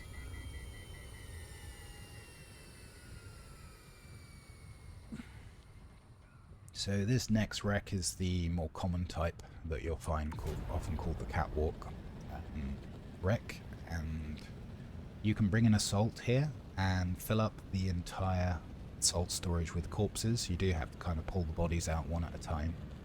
And inside the lock room, I recommend turning the corpses into containers by trying to pick them up, even if their corpse just falls to the ground. And that gives you time to run them outside, put them in your assault, and get away. They are PvP flagged, so if you choose to leave your assault parked outside whilst you kill mobs inside, you may come back to a... what's the word? Decorated ornithopter. Decorated with fire. So it is a risk, but if you've got a pretty chilled server pop like we have here... It's a spice explosion, quite close. Oh yeah, birdie. Then it's an alternative to doing a Hagger run. Hagger runs are probably about the same time by the time you take into account all of the running backwards and forwards to put the bodies in the assault. In Hagger you can enter from the northwest corner, and there are several outposts, and the mobs there are essentially just one hit and they'll fall over, so you can load up pretty quick. But you do have to account for the flight time out there and back. So it's kind of 6 of one, half dozen the other, really. I prefer to do Rex because here in Hagger, because it's a little bit more challenge, and also I don't mind if I run into another player while I'm there, and I have enough materials that if I come back to an assault that's burnt out, I can just strip it down, build a new chassis, and repair all the other parts. It's not a problem. Or as Chris would say, not a problem, moose.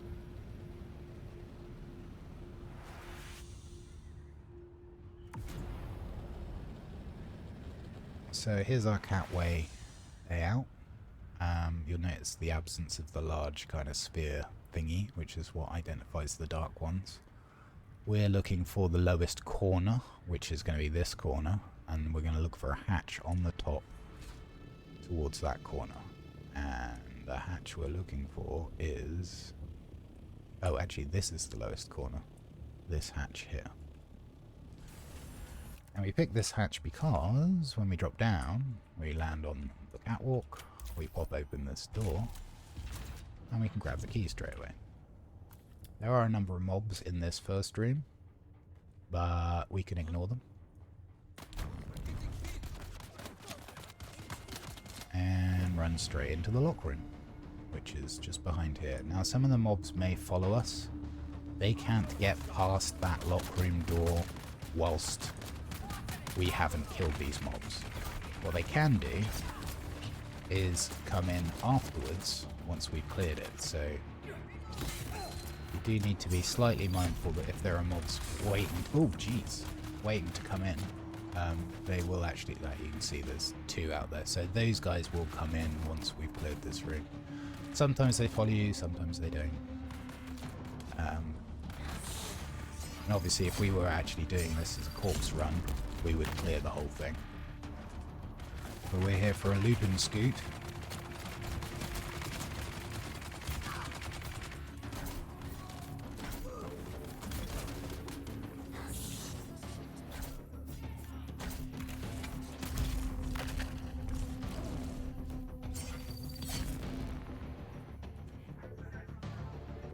Take the sword. You know what? I was actually short of some parts to make a friend a weapon, so this guy ran through from the other room. Let's see if his heavy friendo is still there. Looks like he decided better. Smart move, I say.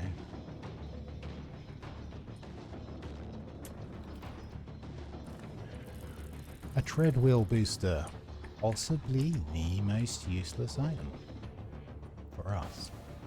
The tread wheel is fun, but it's mostly fun because it's funny. It's extremely difficult to control, even with like the best mark, everything you can get on it. It goes as fast backwards as it does forwards, which is kind of funny. You can have it with a spare seat on it, and if you have a friend sat on the back and you go backwards and they have a gun, suddenly you have a mobile turret, which is alright. It's probably quite fun. I am noticing, chat. How are you doing, stylish socket? Cheers for joining. Hope you're having a good day.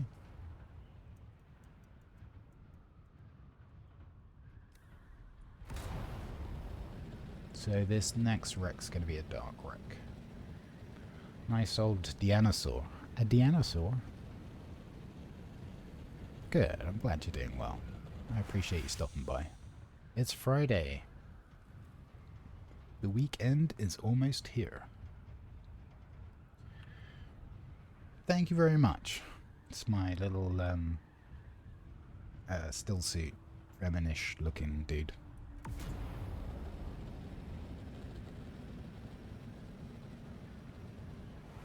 Yeah, I'd like to get a better animated one. This is just using what is it called? Gazo tuber, which is just essentially for PNGs.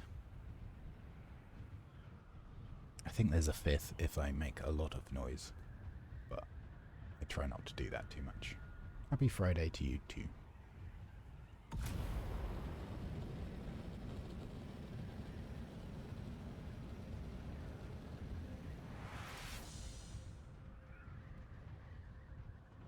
Can we discuss the idea for a second one? Absolutely. Feel free. I am all open to discussions.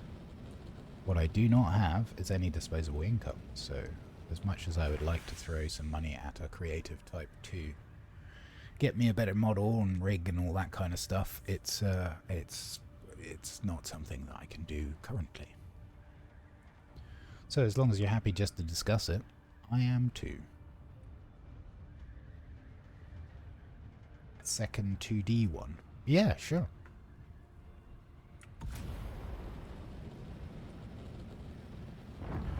I think, I can't remember what I used to make the one that I've got at the moment. It was probably some horrendous AI thingy. This is not where we want to be. I was on autopilot. Oh, actually, hang on. We can do this station because I reported this bug to Funcom ages ago and they still haven't fixed it. Let's just cheese it while we're here. Free looties.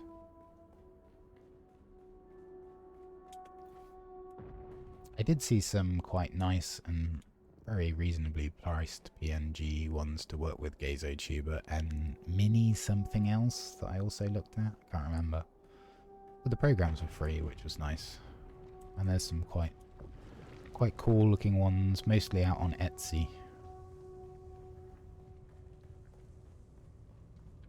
They were about $10 or something for 4 PNGs. So Chester's up for us. This station, again, I've reported this bug multiple times. It still isn't fixed.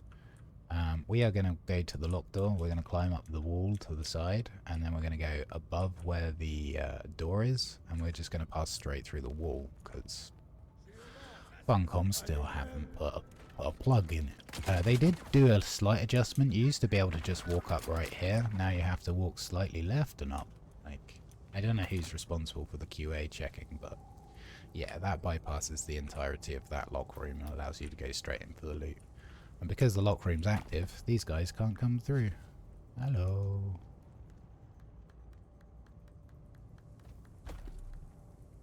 What's my Discord or Insta? You can probably find me on Discord with this same name as my name on here.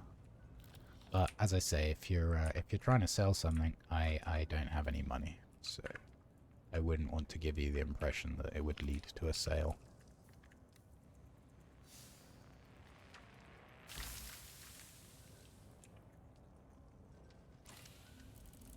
Okay, and this station... Oh wow, we're actually full already. We can ditch the metal. This station is one of the few places that you can obtain military grade regulators. We didn't actually find any this time, but it's semi-consistently, I would say maybe 1 in 4 or 5 loot you can get military grade regulators, not the overclocked ones. And they are quite rare out here. They're easy enough to get in Hagar Basin, but they're quite tricky to get if you're doing a Discord only run. A Discord? Wow, my brain. If you're doing a Deep Desert only challenge, which I've done. Sorry, stream elements distracted me.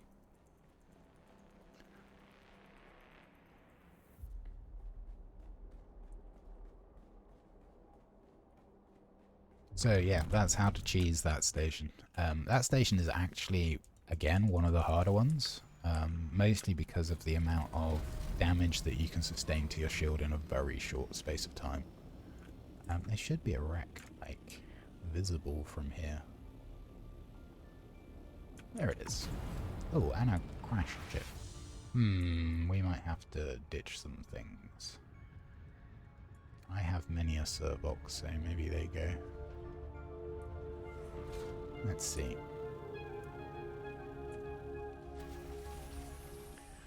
I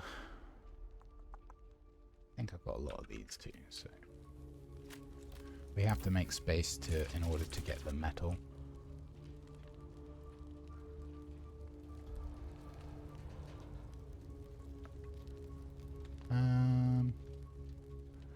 I mean, I guess I'll take it.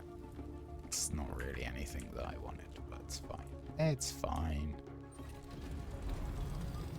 The other things are kind of worth a little bit more to me, but I believe in Chapter 3 you can recycle your schematics into some sort of crafting component. So we might as well continue the stockpiling. We have hundreds, maybe even 1,000 by now.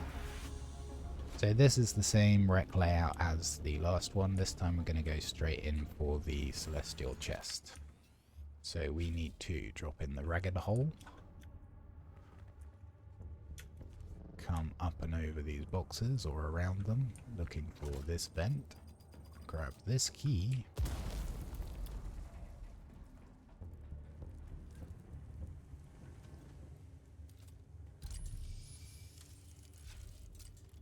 And now it's a straight shot to the chest. Not only does the scanner provide you a little bit of layout information in the dark, it also, the version which I use, also provides information about any water sources, aka people that might be lurking.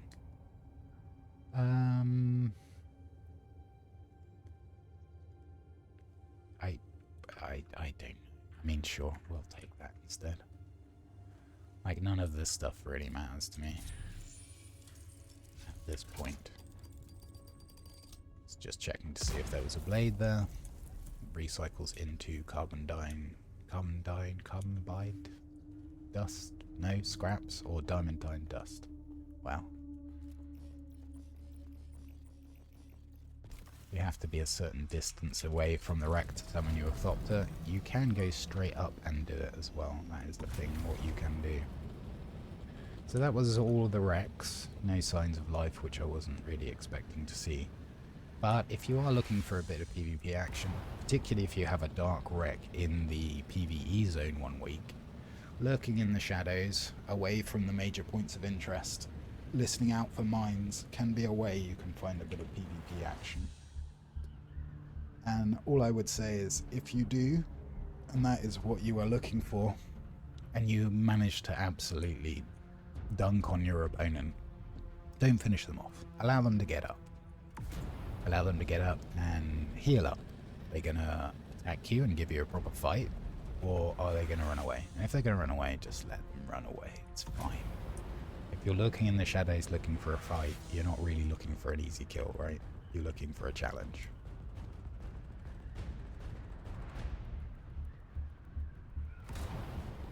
A bit of sportsmanship goes a long way.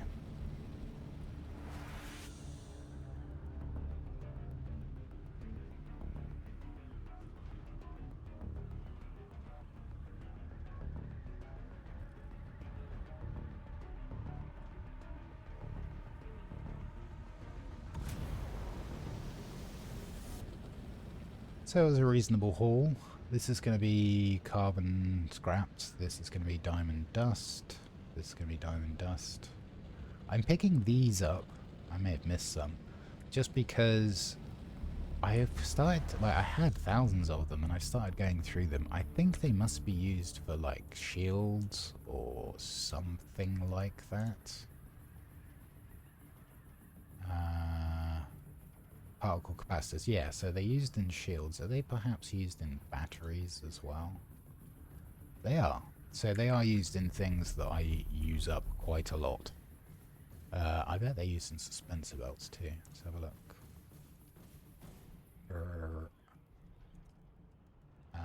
Why is this under combat? I suppose it does have an armor value. Here we go, suspensor belts. Yeah, and they're using suspensor belts. So those three tools, 1, 2, 3, are used quite often. So that's why my supplies would have been depleting. That, and instead of making like 3 batteries at one point, I made as many as I possibly could. So that was probably what took them down to nearly nothing. Wormy is going for wreck? No. Where are you going, Mr. Worm?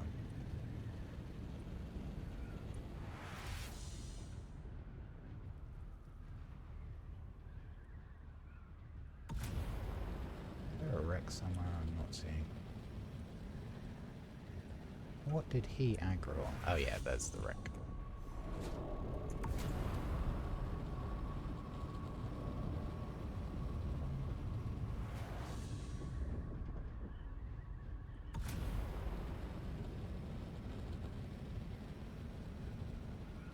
Just a moment, my housemate left the front door open.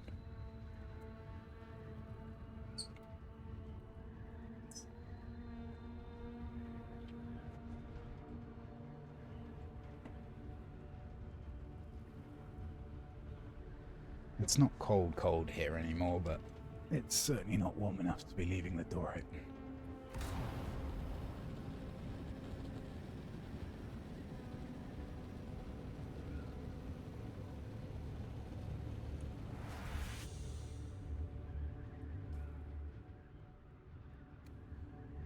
So that was reasonable.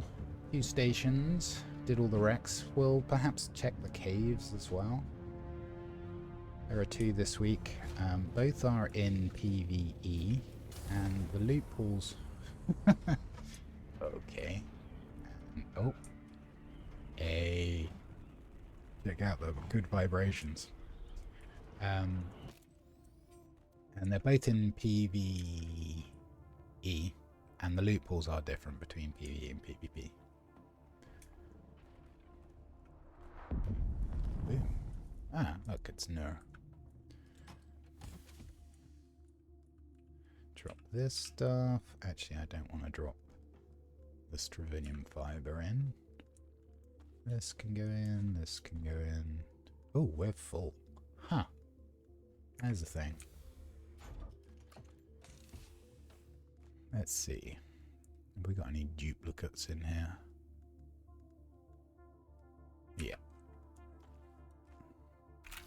That's better.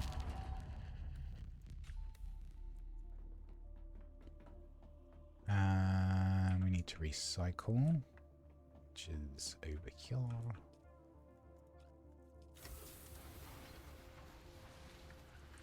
Bing bang bong. Take these bits and put the Stravinium fiber away.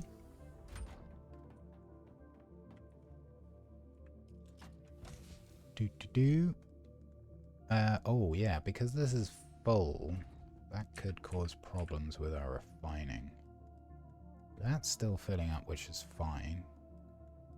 But the spice, is there room? Yeah, there should be room. Let's see how it's going. Make sure he hasn't taken the stuff out of the refiner, which I put in there on purpose. He has not, which is good. Great.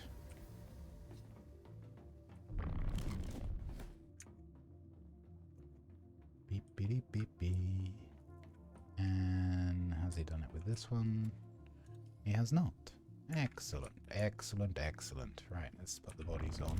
He may have rotated them, to be fair. Let's have a look-see. Nope, they're still going. 5 minutes. So let's go and hit the caves. And see what we can pull out of there. I may have to do an assault run back with stuff from my box. I hadn't realised it got quite so full. I guess we could chuck the granite, to be honest. So, our caves are in C7 and B3. C7.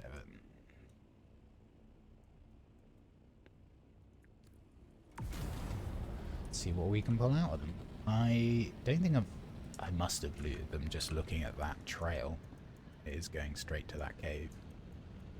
And right over to the other one. So I must have looted them this week. I just can't remember what the layout is. There are 2 different layouts of caves with celestial chest thingies. I don't know what they're supposed to be called. Schematic chests, I guess they're called. I quite like how they look. One layout is very simple, straight through, extremely easy to loot without any fighting. You will get attacked, but you don't need to kill your way to the chest, as it were. And the other one is also possible to do that, but is a little bit more tricky, because first of all you need to know exactly where the chest is, and you need to be prepared to be hit in the back a few times if you're not going to kill your way in. And we'll see how that goes. As I say, I don't actually remember what the layout is.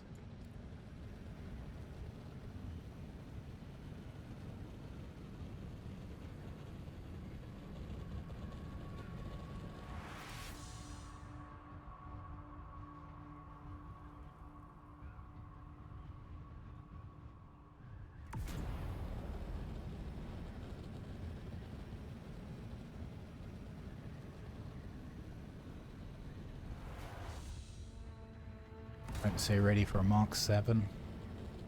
It's amazing how quickly you get used to whatever you have, right? Like the first time you get a Mark 6 Scout, you're like, this is so fast, so cool. And then within a few weeks, you're like, okay, I'll just set myself on auto fly and go and make a coffee. Which actually, I may well do when we go over to the next cave. It's all PvE. I mean, we're going to get flagged briefly here for PvP. We're not quick. Yeah, we got flagged. Which is fine, and that's because we flew over that control point. But it's not a problem.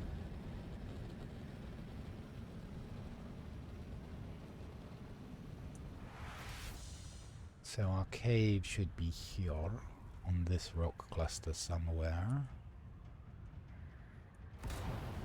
Ah, so this light tells me that it is one of the shorter caves.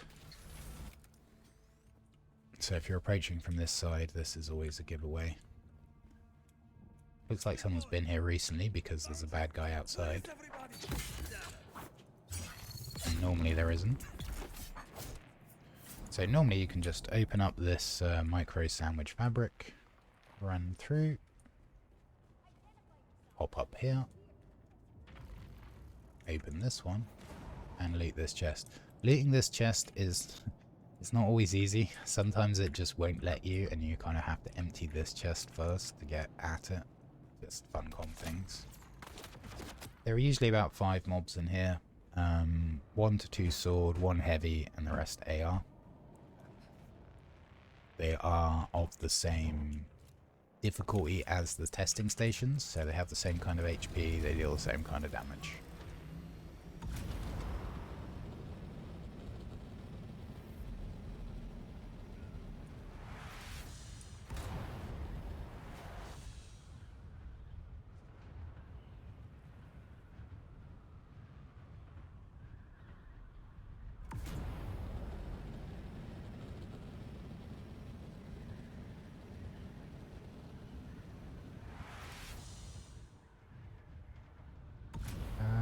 Where was it? I think it was like B something, just inside. B3, I think. Let me just verify that. It is B3.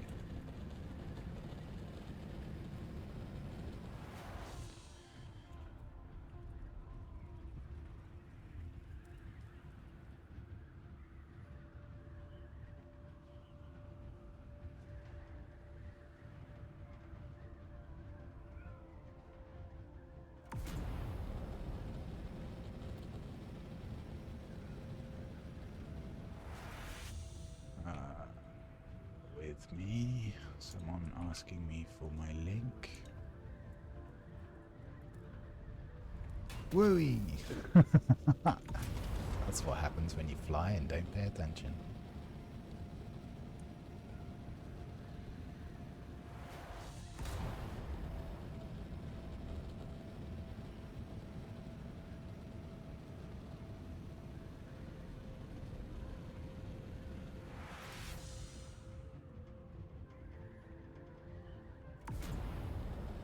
So I've had a few people come in and ask me what my Discord is. Mostly they are looking to sell something, and anybody that looks for me, that comes to Twitch and sees my username here, can find me in Discord with the same name, same logo, so it's fairly straightforward. I don't think I have a link to my Discord in my bio here on Twitch, mostly because I don't have any alerts turned on. Discord is there for me when I feel like going on it.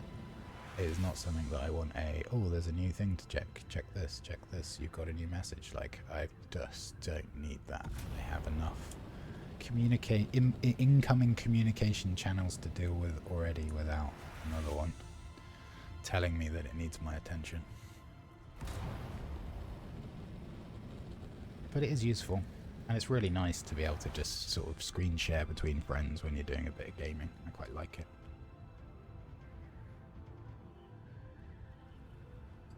What I think we'll do is we'll hit this cave. I'll double check how long we've got left in the queues. I think we've probably got like 3 hours left on the first stadium. But that should more than cover the lost loadout and the replacement of parts for the vehicles which we're using this week. So whilst that's running, we may well hop over to the bazaar and see what we can do, Lee. Because I really enjoyed it when we checked out the bazaar recently. I haven't been back on that for quite a while, but it's such a well-polished, well-produced game. And it's one of those, it's easy to pick up and play, and it's quite difficult to master, and there's most definitely an element of luck. As with a lot of the kind of roguelike deck buildy type things, if I like it, I kind of watch other people play it. Retromation was absolutely amazing at playing the game. He's not doing it actively on his videos anymore, but I watched a lot of what he did, and so I'm aware of what's possible. And that means that I kind of already have in my mind an idea of what I want to do. And it's very much a game where having an awareness of what's possible is good.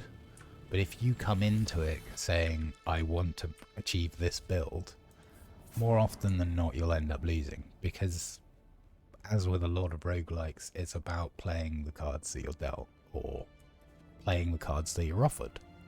And knowing how they'll interact and work together. So we'll try to go into it with a very open mind. But there are some dually builds that I know that are great fun. So I have no guarantee I won't go, oh, we're going to try and make this happen, and then lose horribly while we try it. But it's a fun game. It's a fun game. I like it. we did Vanessa last time we looked, and she's got a lot of flexibility. Has some pretty good early game, is okay in the mid game, can be strong-ish late game, so she's a good all-rounder.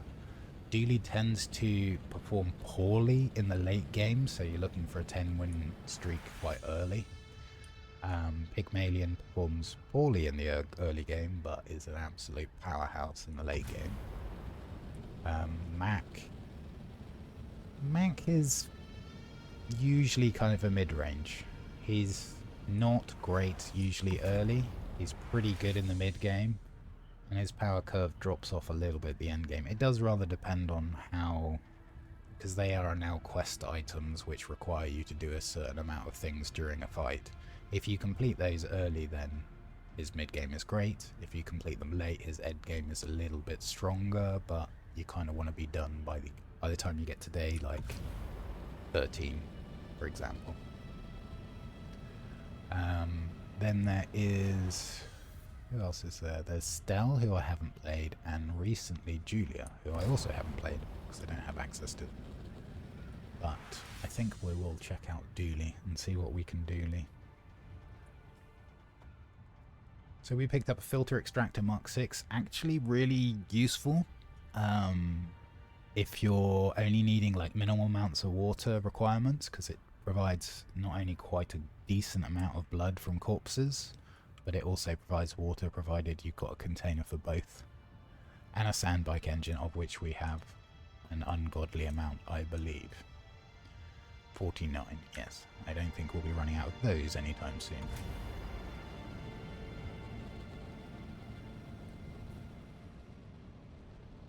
But when we get back, we will huck some more bodies in if Nur hasn't already done it. I know that they're working, so they're kind of just hopping on and rotating some water stuff every now and then back to the grindstone. And I appreciate their help.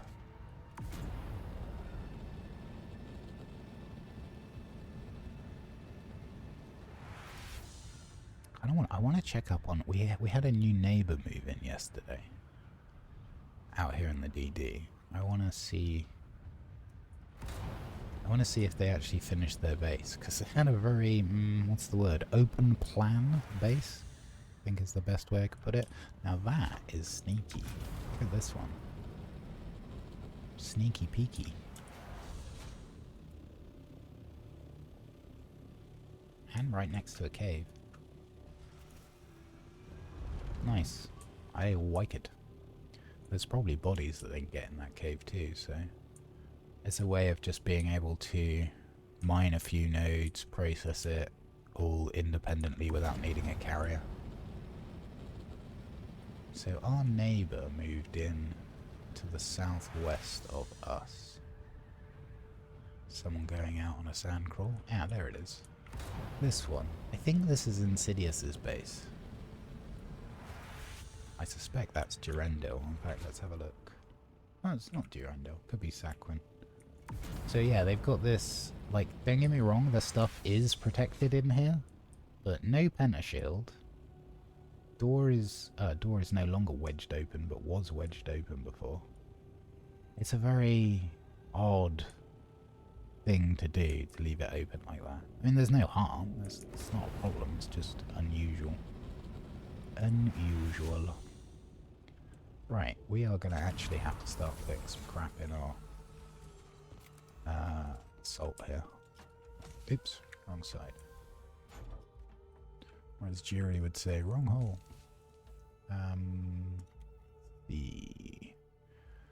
You can put a stack of 500 of that. We won't need those. I hope I don't need that, but I will keep it for now. What else? Don't need that much of this. This can go. Okay, I mean that's 8 spaces, that's pretty good.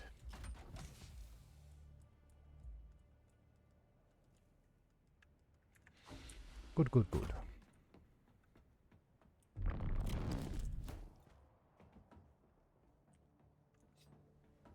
So I'm just going to take a mental note of how long we got left.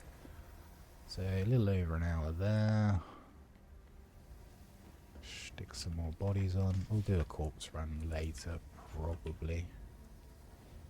Although I think I'm mostly done with refining for the week, so we shall see.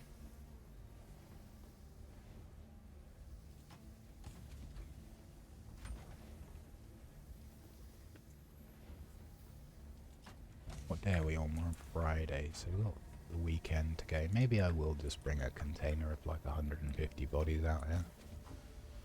And we'll call that good enough for whatever is needed. And I think we've probably got about 3 hours on the ore refiner.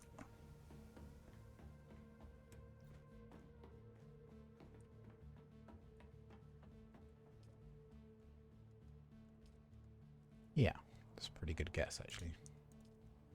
Okay, so I'm just going to leave that in there. I don't need any more. I think what we're going to do is we're going to take a little break here. Just for the sake of ease with my exporting to the UbTubs, I will probably end the stream, go and make myself a coffee, and then I will be back for some Bazaar. And I hope you join me. I'm very grateful for you joining me for this portion of the stream, for the Dune Awakening and I will hopefully see you all in a little bit for Bazaar. If not, maybe next time for Dune. Enjoy the rest of your morning, day, afternoon, wherever you happen to be. And I will see you soon. Ciao for now.